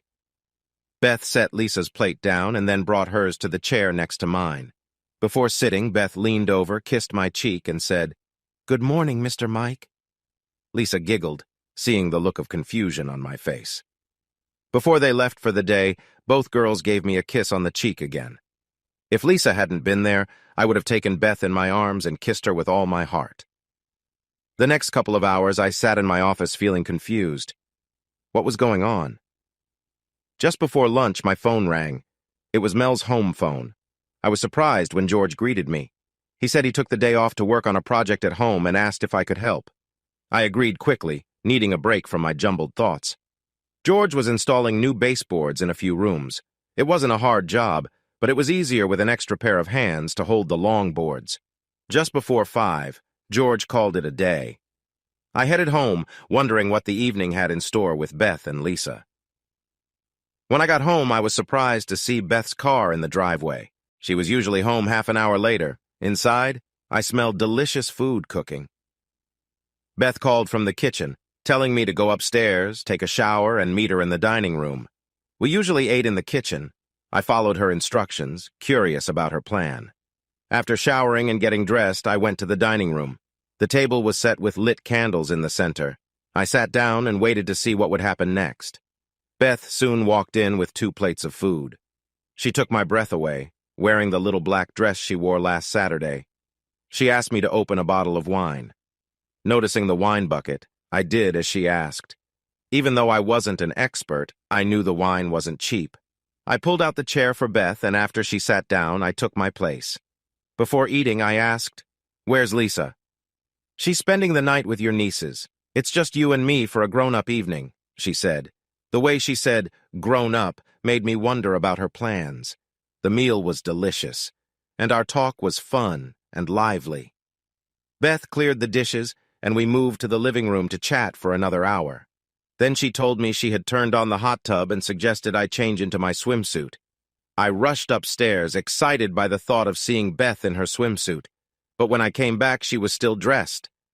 "Are you going to change and join me?" I asked. "Yes, I have my suit on under my dress," she said as she turned to lead the way. "Don't forget to bring the wine," she called back. I grabbed the bottle and glasses and followed, slowing down to watch her walk. Her dress swayed with each step.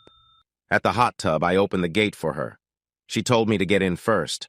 I slid into the warm water and watched as she untied the bow holding her dress. Slowly, she unwrapped it. My heart raced. Instead of the yellow one-piece swimsuit she had worn before, she had on a tiny bikini, just strings and small cloth strips. When she turned to hang her dress over the fence, I groaned loudly. The bikini had almost no back, just a string between her beautiful cheeks. She turned around when she heard my groan. "What's wrong, Mike? Don't you like my suit?" "Oh, Beth, I like it. I like it very much." "I hoped you would," she giggled as she slipped into the water. For the next 20 minutes, we talked lightly. I made no secret of watching her in the bubbling water. She made sure to keep her chest high enough for me to enjoy. Suddenly, she took a deep breath and went underwater. The only lights were within the hot tub. Through the bubbles, I saw her coming toward me. Then we put on robes, and she said she wanted to make breakfast for me. Her words made me feel proud. I followed her and watched her move around the kitchen. She would look at me and smile. I sat drinking my coffee. After breakfast, she sat on my lap and kissed my face softly. I slid my hand up her legs and inside her robe. She was warm. "So, did I make you my woman?" I asked. "Oh, yes, my darling, I am your woman," she said, breathing heavily. "Good, because there is something I've always wanted to do with my woman." I lifted her and put her on the table, pushing her legs apart and stepping between them. I moved slowly at first, enjoying how it felt. She was shaking with excitement. Soon, she started asking for more. Moments later, she began to yell, "Yes, more, please!" She continued to ask for more loudly. Finally, I couldn't wait any longer.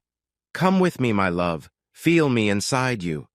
She screamed and started shaking as I finished, then collapsed on the table. This time, I was sure she had passed out. I gently picked her up and held her in my arms. She woke up and started to cry, and I worried I had hurt her. "My love, please don't cry. Did I hurt you?" She sniffled, tears still falling. "No, Michael, I'm just so happy. I never knew it could be like this." I began to laugh softly. "Oh, you wonderful woman, I love you so much." We spent the next hour holding each other. Finally, we got up and cleaned the kitchen, hugging and kissing in between. We then walked to the game room and sat together on the couch. "What time is Lisa coming home?" I asked. "She is staying with your sister for another night. We have all day and all night just for us." "Oh, great," I said, tickling her. She laughed, and when I stopped, she playfully hit my arm, saying, "Stop that. Be good to your woman." I laughed. "I intend to be very good to you." She looked me in the eyes and kissed me deeply. "I just have to ask, when we played games and you wore those short skirts?" She blushed and giggled. "Yes, Michael, I knew exactly what I was doing. I wanted you to take me and make me yours, but like a clueless man, you made me do all the work. My love, I admit it. I was afraid of doing anything that might scare you away." "I know, darling. And I love you even more for it. I knew you wouldn't hurt me just to satisfy yourself. I must admit, I did desire you. I always will. But know this, woman, I love you. I told Beth that I had to go to the bathroom. On my way back, I heard her talking on the phone. Oh my God, Mel, it is so much more than I ever imagined. I loved him yesterday, but today it's 10 times more. If I had known how great he was, I would have gone to him sooner. Beth giggled. Yes, Mel, I know he's your brother. I won't go into details, but he's mine now, and I will do whatever it takes to keep him. And Mel, thank you for guiding me to him. I will always be grateful. I made a noise to let her know I was coming in. Beth looked up. Here he is. Would you like to speak to him? She handed me the phone. It's your sister. Hey, sis, how are you? I listened to my sister, then replied, Take good care of her? Who? I teased, giving Beth a wink. Beth? The Beth that lives here? Well, I did pick her up off the side of the road and gave her a place to live, so I guess you could say I'm taking care of her. This earned me a playful hit on the arm. I chuckled and moved the phone away from my ear as my sister began to yell at me. Finally, she calmed down. Mel, I love Beth with all my heart. I will do anything I can to make her and her daughter feel loved and safe. And now, if you don't mind, I'd like some alone time with my woman. With that, I hung up the phone. Beth started laughing. She jumped into my lap and kissed me fiercely. Oh, my love, I hope you hold me often. I growled playfully. Every chance I get, my love, every chance I get. That earned me another deep kiss. God, I loved this woman. Well, is there anything you want to do today other than be held? I asked with a chuckle. I want to go out on the boat, she answered. The boat? I asked. Yes, just you and me. So off we went. Beth packed a picnic lunch to take with us. This time, she wasn't nervous. Once we were on the main lake, she told me to go fast, and she held on tightly as we raced down the lake. I knew of a couple of places on the lake that were often free of other boats and pulled into one, only to find another boat there. I pulled out and found a quiet spot. Beth set out the lunch she brought, and we fed each other. When we had packed away the food, Beth looked at me and smiled. Stand up, she said. What? I asked. Stand up, I want dessert now. I stood up, curious about what she had in mind. There we were, just the two of us, enjoying the day together. We both reached our peak together, feeling like one. When we calmed down, we realized we weren't alone. Another boat was nearby, and people were clapping. One woman on the boat said, That was incredible. If she ever gets tired of you, send you our way. Beth stood confidently, despite the situation. Ladies, the only way you're getting him is over my dead body, she declared, earning more applause. The women laughed and drove away. Beth burst into laughter, too. I pulled her into my arms. My love, you have nothing to worry about, I told her.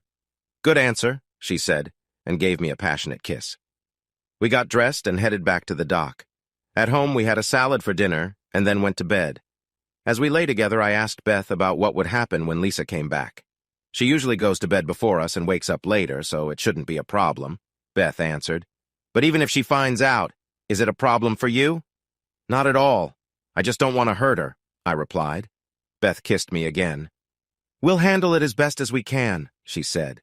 You've stolen not only my heart, but hers, too. She's never been so open with anyone. We were both tired, but we made love slowly, enjoying our deep connection. Then we fell asleep in each other's arms. The next morning, we woke up and made love again. After breakfast on the deck, we missed Lisa and decided to pick her up. We called Mel to let her know we were on our way. As we walked to the truck, Beth got in, giving me a mischievous look that revealed she wasn't wearing any underwear. I groaned. If you keep doing that, I won't be able to think straight. Beth giggled. Would that be so bad? Only if it hurts, I joked. She slid over to snuggle against me. As we drove, her hand moved up my leg, rubbing me through my pants. After a bit, I said, I can't get out of the truck like this. If you pull over, I can help with that, she said with a wicked grin. Then I remembered a quiet road nearby and headed there. I headed to the end of the road and turned off the engine. Well, since you caused the issue, it's only fair you fix it, I said. She laughed and replied, With pleasure. Now get out of the truck. I got out and she followed. Standing in front of me, she dropped to her knees. Beth undid my button, pulled down my zipper, and tugged my pants down. She started stroking me and looked into my eyes. "You know what to do," Beth said. In one motion, she took me into her mouth. After a few moments, I placed my hands on her head and began to move. She made sounds of enjoyment. It didn't take long. Soon, I told her I was close. She adjusted so I could finish in her mouth. She swallowed and then stood up, falling into my arms. "That tastes so good. I can't get enough," she whispered. I lifted her face and looked into her eyes. "Well then, I guess we'll make sure you get plenty," I told her. Beth laughed and pulled me in for a kiss. I offered to return the favor, but she said if we showed up smelling like each other, everyone would know. It made sense, so we got back in the truck and continued to my sister's house. We arrived at my sister's place and walked hand in hand to the house. Halfway there, the door flew open and an excited Lisa ran out to greet us. She hugged her mom and started talking about her day. My nieces followed behind, and I bent down to hug and kiss them. Beth finally managed to speak. "Well, honey, I'm glad you had fun. Did you miss me even a little?"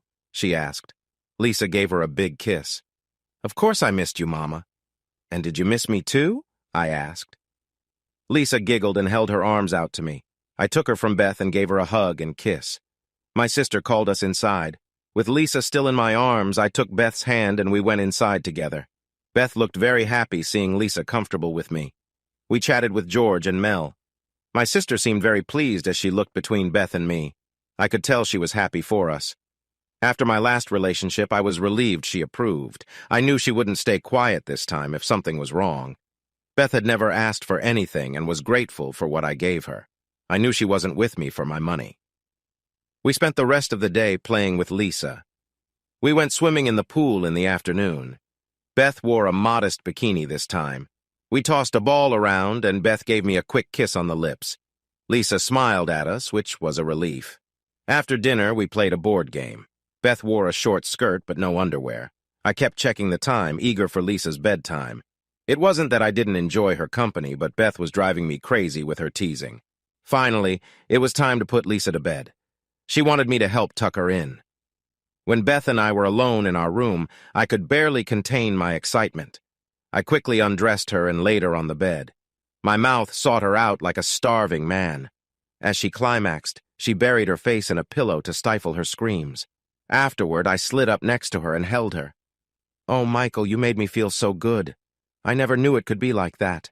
I smiled and replied, "I hope it's as good as what you do for me." "More than that," Beth said, as her hand reached down to touch me. "What are you going to do with this?" "Actually, I thought you might want to get on top," I said. I would love that." Beth positioned herself above me, took me in her hand, and slowly lowered herself down. We moved together until we both found release, her biting her lip to keep quiet. She collapsed onto my chest and I held her. Knowing she had to work the next morning, I cleaned her up and tucked us in for the night. In the morning, we got up early and showered quickly. I told Beth to help Lisa get ready for school while I made breakfast. Lisa came into the kitchen dressed for school and ran over to give me a hug and kiss. We sat down to eat breakfast. I felt like we were a real family. Everything was normal until Lisa spoke up. "So, Mom, does Mr. Mike snore?" I almost choked on my eggs and looked at Beth with wide eyes. She just laughed and patted Lisa's hand. "No, honey, he doesn't. And don't be so curious," Beth said, winking at me. Lisa giggled and said, "Okay, Mom. I'm just glad you won't have to kick him out of bed." Beth gasped and said, "Lisa." Lisa giggled again and went back to eating her breakfast. I couldn't help but laugh, too. Beth pointed her fork at me and said, "Don't you encourage her, mister." Then she winked and returned to eating. Kids grow up so fast these days. I thought about how Lisa probably heard things from her cousins. Maybe she thought her mom and I were doing the same things. I hoped she didn't know much about what adults do. There was plenty of time for that later. But she seemed fine with her mom and me sharing a bed, which was a relief. I had worried about how she might react. We finished breakfast, and I saw my girls off, then wandered around, waiting for them to come back. The rest of the week, we spent our evenings with Lisa, then hurrying to our bedroom for some quiet time together.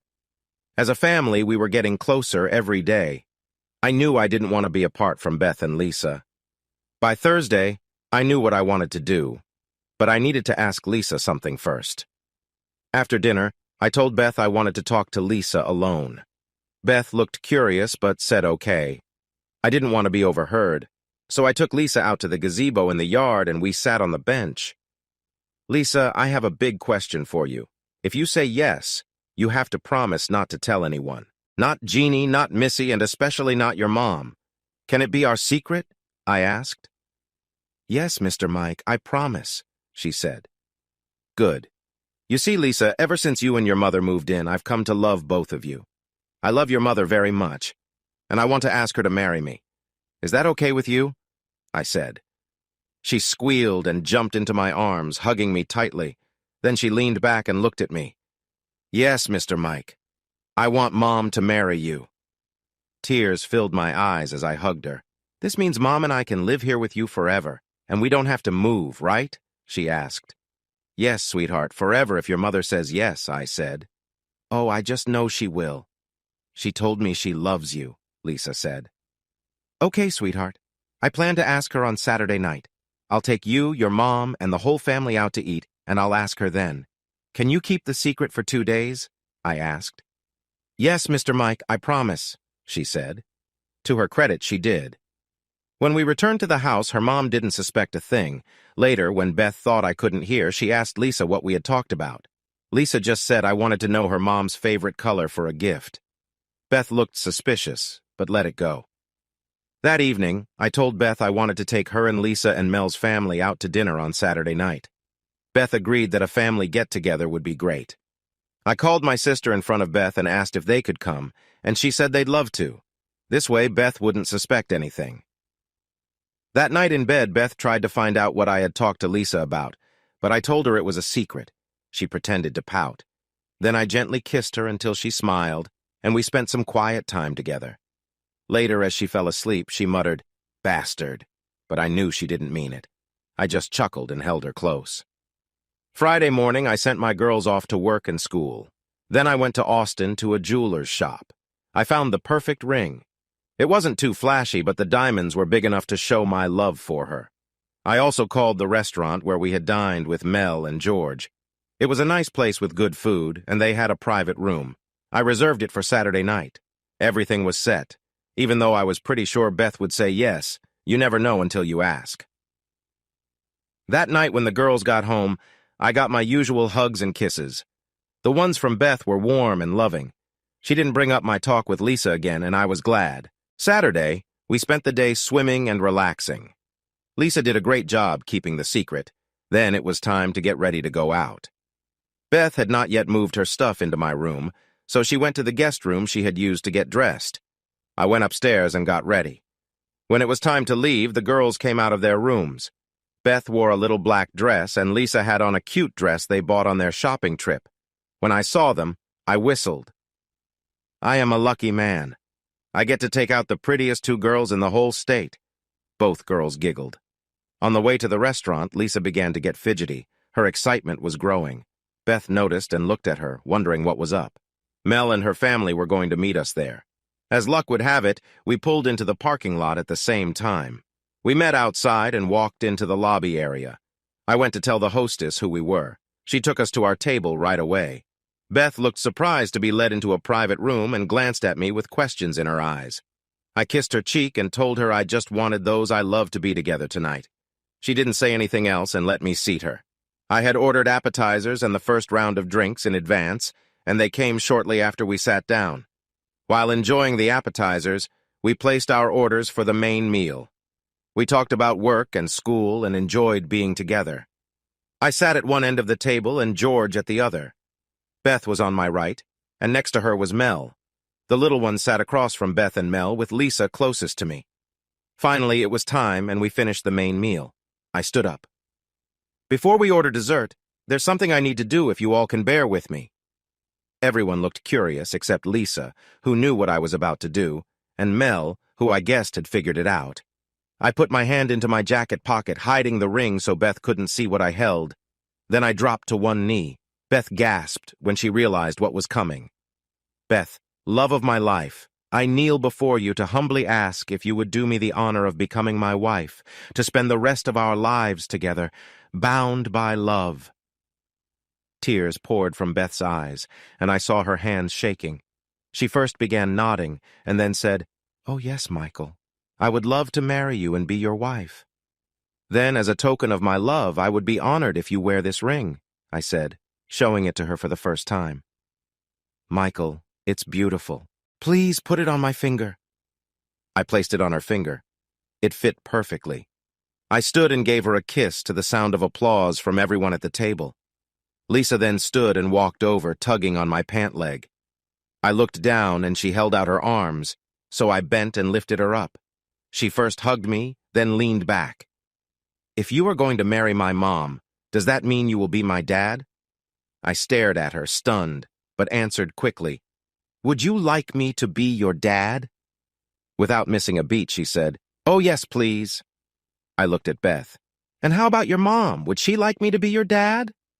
Beth was openly crying by then, and she could only nod her head. "Well, it looks like we all agree. I would love to be your dad, sweetheart." Lisa turned in my arms and looked at my nieces, yelling, "I've got a daddy! I've got a daddy just like you!" Beth was crying. I was crying. I looked at Mel. She was crying, even George. The three little girls were just giddy. We finally returned to our seats and dessert was brought in. Mel and Beth started chatting about weddings, and the three little ones talked about how they would be cousins. George and I just sat and smiled, looking at the women in our lives. After dinner, we headed to the parking lot. George came over and offered his hand and congratulations. Then my sister came over, hugged me, kissed my cheek, and whispered in my ear, "Take good care of her, baby brother. She deserves a good man like you. You chose the right one this time." "I will, sis. I will." It was late when we got home, Lisa's bedtime, so Beth and I went to tuck her in. Beth kissed her and she said, "Good night, Mama." Then I bent and kissed her and she said, "Good night, Daddy." "Good night, my sweet daughter," I said, swelling with pride. I stroked her hair, then turned and took Beth's hand to lead her upstairs. On the way up, Beth chuckled. "I didn't think I would ever hear that word come out of her mouth. You're a good man, Daddy." I squeezed her hand lovingly. "And I didn't think I would ever hear that word in reference to me. I like it. I couldn't ask for a more precious daughter. I promise you, my love, to care for and protect her as best as I can. I know you will, my man." The next morning, we didn't wake up until after 9.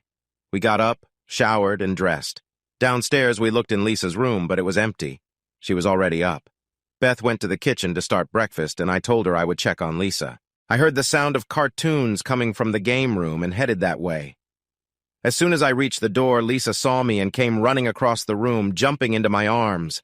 I got a big hug, a smooch on the cheek, and a merry, "Good morning, Daddy." I kissed her cheek and said, "Good morning, my sweet daughter." That earned me another big hug. I put her down, took her hand, and we walked to the kitchen. She ran to her mother, giving her a hug and a kiss too. It was hard to believe this was the same scared little girl I had brought home with me 2 months ago. After breakfast, Beth asked if I would do the cleaning. I agreed, and she called Lisa to help her. I quickly put the dishes in the dishwasher and went to see what Beth and Lisa were doing. When I came out of the kitchen, I saw Beth with a pile of clothes in her arms, and Lisa walking behind her carrying more. I followed them to the bedroom and saw that this was probably their 3rd trip. Beth had spread everything out on the bed. I had a big walk-in closet, but only a small part of it had my clothes. I also had a big dresser with many empty drawers. Beth looked at me. "Where should I put these?" she asked. Feeling playful, I said, "I don't think they'll fit me." She laughed, playfully tapped my arm, and gave me a quick kiss. Then she whispered, "Smart Alec." I laughed and showed her the empty part of the closet, saying it was all hers now. I also pointed out the dresser drawers and told her I only used a few of them, and the rest were for her. The master bathroom was huge with lots of room. I told her she could put her stuff wherever she wanted, even if it meant moving my things around. She thanked me and kindly told me to go downstairs while she and Lisa put everything away. I felt so happy. My daughter was helping my soon-to-be wife move into our room. An hour and a half later, Beth was satisfied that everything was in place. She came downstairs and sat on my lap. After a big, happy kiss, she asked, "So, Mr. Johnson, when are you going to make me your wife?" "As soon as possible, my love.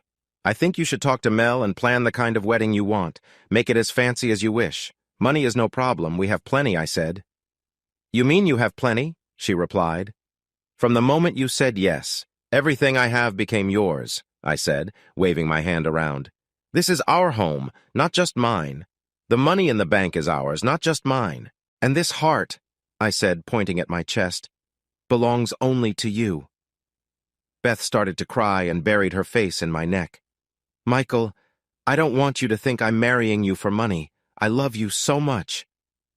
"If I thought you only wanted my money, you wouldn't be sitting in my lap right now," I replied. Beth giggled and hugged me. She looked over at Lisa, who was lying on the floor watching cartoons. "Lisa, honey, I'm going to show Daddy where I put my clothes. You stay here and watch TV." "Okay, Mama," Lisa replied. Beth grabbed my hand and led me upstairs. Once we entered our bedroom, she closed the door. She looked around and showed me where she had put everything. After a moment, she said, "Let's go back downstairs before Lisa comes looking for us." Lisa was still watching TV when we returned to the game room. Beth and I sat on the couch and she snuggled into me. During the commercials, Lisa jumped into my lap, smiling up at me, then turned back to the TV and leaned against my chest. Beth watched her daughter and smiled. "I think my daughter likes her daddy," Beth said. "No, Mama, I love my daddy," Lisa replied, kissing me on the cheek. "I'm glad, baby, because I love Daddy too," Beth said. Life was wonderful again. No, it was better than ever. I had never felt so content. I had a beautiful fiancé and a precious daughter. That night, when we went to bed, Beth let me show her how much I loved her. We enjoyed a tender, intimate moment together, and then we lay side by side, smiling. "Where did you learn to make me feel so wonderful?" I asked her softly. Beth sat up, looking a bit worried. "Michael, please believe me, I've never been like this with anyone else," she said. "I've only been with 2 other men." "Beth, it's okay," I interrupted. "You don't have to bring up bad memories." "No, Michael. You will be my husband. I want to be honest with you. I met Lisa's father when I was young. We were both inexperienced. We only had sex 3 times before I found out I was pregnant, and it wasn't very good. When I told him I was pregnant, he left and I never saw him again. I focused on taking care of Lisa, and there was never anyone else until I met Gary. He seemed nice at first, and even though I was reluctant to be with him, he was patient and waited. Our first time together was just before my mother died. After she passed away, Gary convinced me to move in with him. But then, he began to change. When he was sober enough, he would just use me and then go to sleep. He never did anything to make me feel special. No one has except you. He did make me put his thing in my mouth a few times, but I didn't like it and never let him finish in my mouth. Then you came into my life, my dear man. At first I was scared of you, but you never did or said anything wrong. Right after I got here, your sister told me some things about you, about how we had both been hurt by others. I started looking at you differently, and my feelings began to change. That afternoon, the first time we went swimming together, I knew you were looking at me when I got out of the pool and I felt embarrassed. But when I looked down in the water, I saw that you were excited, and for the first time, I wanted to do something I had never wanted before. I wanted you. I have always been shy about letting anyone see my body, even Gary. But the first time I showed you my panties, I knew I wanted you to see all of me. I don't understand it all myself, but you make me feel this need. Our first night together, when I told you to take me and make me your woman, it was because of that need. I have never felt this before, but I want to be your woman. Most of all, I want you to love me and let me love you back. I reached up and pulled her into my arms. Well, my woman, I do love you, and I will try my best to make you happy. Our wedding was small. Beth didn't want anything fancy. We were married in the gazebo in the backyard. Mel was Beth's maid of honor, and George was my best man. Lisa and my nieces were the flower girls. The only other people there were some of the ladies Beth worked with and their families, and of course, Jim Henley and his wife. I took my bride to Hawaii for a 2-week honeymoon. The first week was just for Beth and me. The second week, I paid to have my sister and her family bring Lisa and join us. Trust me, I needed the break that having the family around gave us. My loving wife showed me much love. Beth continued to work for my sister. She loved being around all the children. She did take 1 year off after our daughter was born. Yep, I have 2 daughters to love and care for now. Next week, we will go to the graduation ceremony for Lisa and Jeannie. They have both grown into fine young ladies. And the money? Well, I still give a lot of it to good causes, and for the rest, I have to push Beth to use it for things she needs. She never had much before and is happy with what she has. I never heard from Jenny again. Maybe she found what she was looking for. As for me, the scars she left on my heart are gone. They have been healed by the love of a good woman. I came to the hill country looking for a new life, and the one I found is better than I ever imagined.